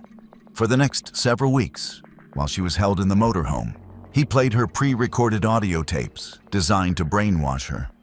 The tapes told her she had been abducted by aliens of a dying race named Zada and Zeta. They told her she had been chosen as a special female companion who must produce a child with Berchtold by a certain age in order to save the alien species. They told her that if she refused, her younger sister would be taken instead, and her family would go blind or die. Mexican law at the time allowed marriages with girls as young as 12. Berchtold married her there. The FBI located her after roughly 5 weeks. She was brought back to Idaho. What happened next is, in many ways, harder to understand than the abduction itself. While Berchtold awaited charges in the first kidnapping, Jan's mother, Mary Ann, had an approximately 8-month sexual affair with him. Jan's father, Bob, had also been manipulated into a single sexual encounter with Berchtold, which Berchtold then used as personal blackmail. Berchtold's wife, Gail, in turn, used the affair to blackmail the Brobergs into asking the court for leniency on his behalf. His original 5-year sentence was reduced. He ultimately served only about 10 days in jail. The brainwashing tapes continued to be played to Jan secretly in her own bedroom. The second abduction came in August 1976. John, now a teenager, ran away from home with Berchtold. He drove her to California, posed as her father and as a CIA agent, and enrolled her in a Catholic boarding school. The FBI placed him under surveillance and located her after about 4 months. Jan continued to believe the alien storyline she had been fed for years, until her 16th birthday in 1978, when no aliens appeared. Berchtold was charged again with kidnapping after the second abduction. In 1977, he was found not guilty by reason of insanity and committed to a mental facility for only about 6 months. Decades later, in 2003, he attacked a member of Jan and Marianne's security team at a book event for their memoir. He was convicted of assault and faced sentencing. Robert Berchtold passed away by suicide in 2005 while awaiting that sentencing. Jan Broberg is now in her 60s, living in Utah. She became a successful actress, with roles in films and on television, including a long run on the WB series Everwood. She and her mother co-wrote the book Stolen Innocence, the Jan Broberg story, which was later adapted into the Netflix documentary Abducted in Plain Sight in 2019, and the Peacock miniseries A Friend of the Family in 2022. If you've made it this far and enjoy deep dives into the most shocking criminal cases, hit that subscribe button and don't forget to press the bell icon. The next case takes us across the Pacific to a small Japanese town where a 4th grader walking home from a baseball game would not see the outside world again for nearly a decade. Fusako Sano. On the afternoon of November 13th, 1990, a quiet 4th grader named Fusako Sano had been watching a school baseball game in the city of Sanjo, Niigata Prefecture, Japan. She started the walk home alone. She never made it. For the next 9 years and 2 months, no one in Sanjo, no one in her family, and no one in the entire country of Japan would know where she was. What investigators would later discover is that the answer had been hiding less than the length of 2 football fields from a working police substation. Fusako had been a 4th grader at the time of her disappearance. She lived a normal childhood with her family in Sanjo. On that November afternoon, a 28-year-old unemployed man named Nobuyuki Sato, who lived with his mother in the nearby city of Kashiwazaki, forced her into his car. He drove her roughly 34 miles, or about 55 kilometers, to his home. The case immediately triggered a massive police search. At one point, investigators floated the theory that she had been taken by North Korean intelligence operatives, which was a real and serious concern in Japan during that era. No trace of her was ever found. How does a young girl vanish in plain sight in a country known for low crime and stay hidden for almost a decade? What no one realized at the time was that Sato had been convicted in 1989 of an attempted abduction of another young girl. His name had been dropped from the active suspect list due to police negligence. The man Niigata police should have been looking at first was the man they had stopped looking at altogether. For 9 years and 2 months, Fusako was held in a small upstairs bedroom of Sato's 2-story home in Kashiwazaki. The home sat just 200 meters, or about 600 yards, from a koban, which is a small Japanese police substation. Sato's mother, then in her 60s, lived downstairs the entire time and never went upstairs because Sato became violent whenever she tried. Police would later conclude that the mother almost certainly knew Fusako was there. She was reportedly the one purchasing feminine hygiene products. She was never charged. For the first 3 months of captivity, Fusako was bound at the hands and feet with adhesive tape. She was threatened, harmed, and shocked with a stun gun as punishment, including once for failing to record horse races on television correctly. Her hair was cut short. She was rarely allowed to bathe, since there was no bathroom upstairs. She used buckets. She was given 3 meals a day, usually microwavable food or dishes Sato took from his mother's kitchen. For 8 years, she was allowed only a radio. Television was permitted only in the final year. She never left the upstairs room for the entire 9 years and 2 months. Eventually, she stopped trying to escape. She was too physically weak and too psychologically broken to keep fighting. Then came January 28, 2000. Sato's elderly mother had been calling the local public health center for years, asking for help with her son's behavior. She called again on January 12th and again on January 19, 2000, telling officials she feared he would harm her. Public health workers finally arrived at the home on Friday, January 28th. Sato became disturbed, and the officials called police. When officers arrived, Fusako, now a teenager, came forward and identified herself. She told them, "I was abducted near the school by a man who forced me into a car. For 9 years, I did not take a step out of the house. Today I went out for the first time." She was severely thin, dehydrated, and jaundiced from a lack of sun. She could barely walk because her muscles had atrophied. The case became a national scandal. On the night of the rescue, Niigata Prefectural Police Chief Koji Kobayashi was playing mahjong with the head of the Regional Police Bureau instead of supervising the response. Kobayashi resigned in disgrace, and the case prompted nationwide reforms in Japanese policing. Sato was sentenced to 14 years, the maximum at the time. He was released around 2014. The next case takes us back to the United States, to a quiet front yard in South Carolina, where a 15-year-old girl was about to do something no investigator could have predicted. Kara Robinson Chamberlain. On the afternoon of June 24, 2002, a bright high school sophomore named Kara Robinson was watering plants in a friend's front yard in West Columbia, South Carolina. Her friend had stepped inside for a moment. The two were planning a lake day. What happened in the next 60 seconds would lead to the takedown of a serial killer who had eluded police across 2 states for years. And it would happen because of one teenager's astonishing ability to think clearly inside an unthinkable moment.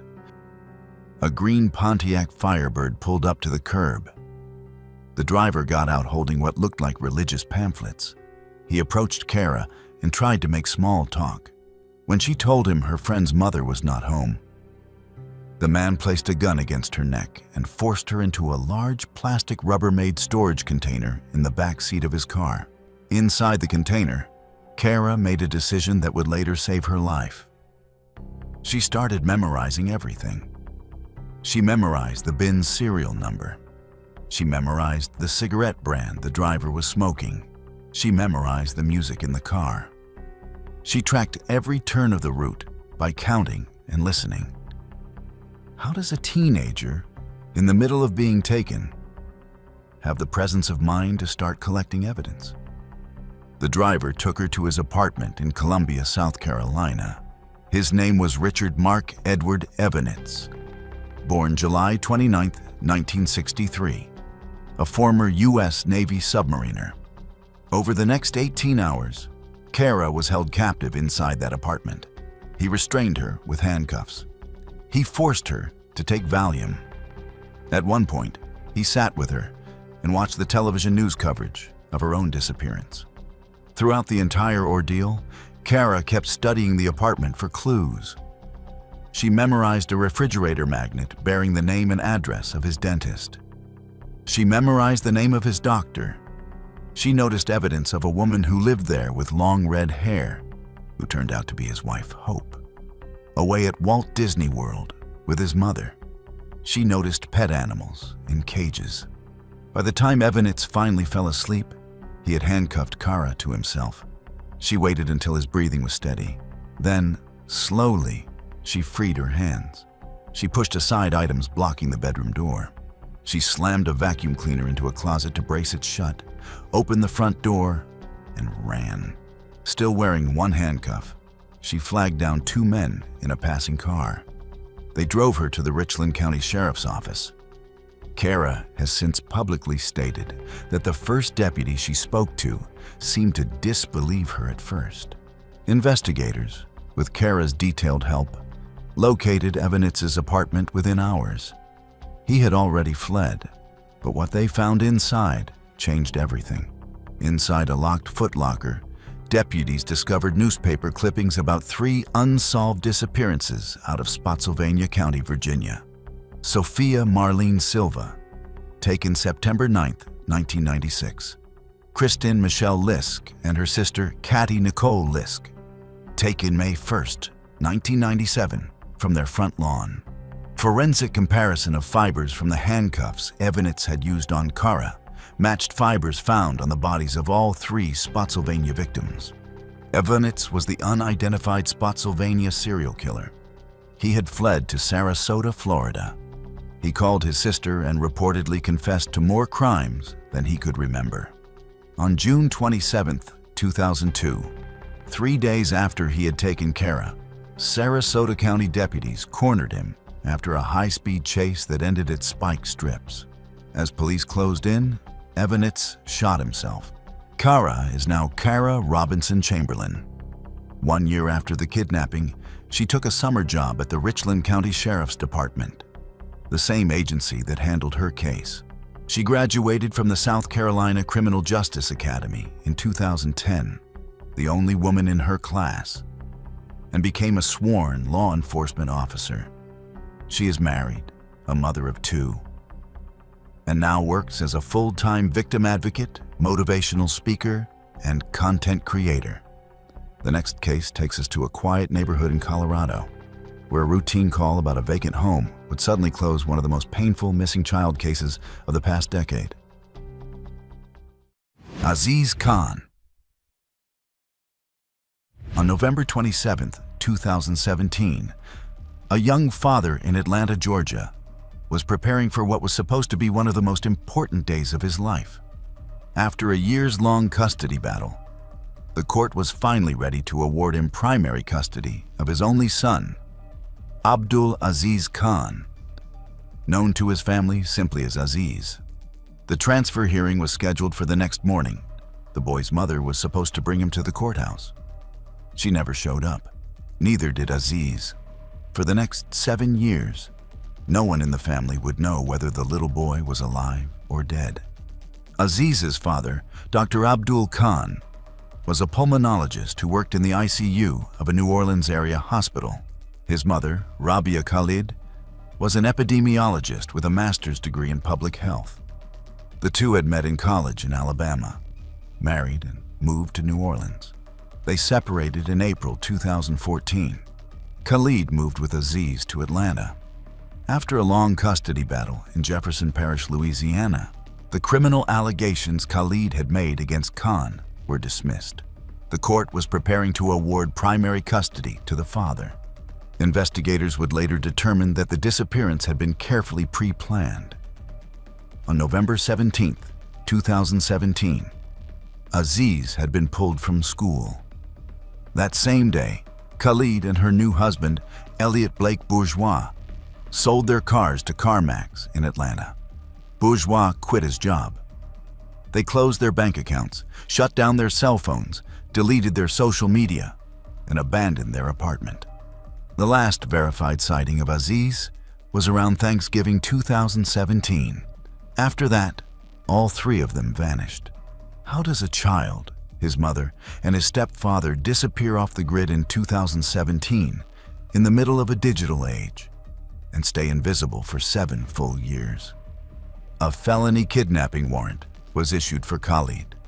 The case was registered with the National Center for Missing and Exploited Children. The U.S. Marshals Service joined the investigation, along with the Kenner Police Department in Louisiana. Years passed with no real leads. In November 2022, the case was featured as the centerpiece of a Netflix Unsolved Mysteries episode titled Abducted by a Parent. Dr. Abdul Khan and his sister Rubina Khan appeared on camera. The episode generated tips, but no immediate breakthrough. What the family did not know was that Khalid, Bourgeois, and Aziz had settled in the Denver, Colorado metro area, eventually in a community called Highlands Ranch. They were living under assumed identities. Aziz was being raised under a different name. He had been told that his father was unsafe or absent. He grew up believing the only family unit he had ever known was the only one that had ever existed for him. The breakthrough came on February 23, 2025, almost by accident. At around 3:37 in the afternoon, deputies from the Douglas County Sheriff's Office responded to a burglary in progress call at a vacant home for sale on Kellywood Way in Highlands Ranch. The homeowner had been watching her own security cameras remotely. She had spotted a man and a woman illegally entering the empty property. When deputies arrived, they found 2 children waiting in a parked vehicle in the driveway. The adults exited the home, claiming to be associated with a realtor. Their stories did not match. Deputies questioned the pair for roughly 5 hours. Eventually, they brought a portable fingerprint scanner to the scene. The scanner identified the woman as Rabia Khalid, who had an active 2017 kidnapping warrant. The teenager sitting in the parked car was confirmed to be Aziz Khan, missing for over 7 years. A second, younger child was also taken into protective custody. Both Khalid and Bourgeois were charged with multiple counts, including kidnapping, forgery, identity theft, and trespassing. Bond was set at $1 million each. Sheriff Darren Weekly later described the family reunion in his office, saying, "There wasn't a dry eye in the room." Aziz had not seen his biological father in nearly 9 years. The next case takes us back nearly 2 decades to a Pittsburgh family and the very first widely reported abduction in American history that began with a single screen and a single keyboard. Alicia Kozakowicz. On New Year's Day 2002, in the Crafton Heights neighborhood of Pittsburgh, Pennsylvania, an 8th grader named Alicia Kozakowicz slipped quietly out of her parents' home in the pre-dawn hours. The night was one of the coldest of the year. She had told no one where she was going. Within minutes, she was gone. Her case would become the first widely reported abduction by an internet predator in U.S. history, and the way she was found would help reshape how American law enforcement investigates online crimes against children.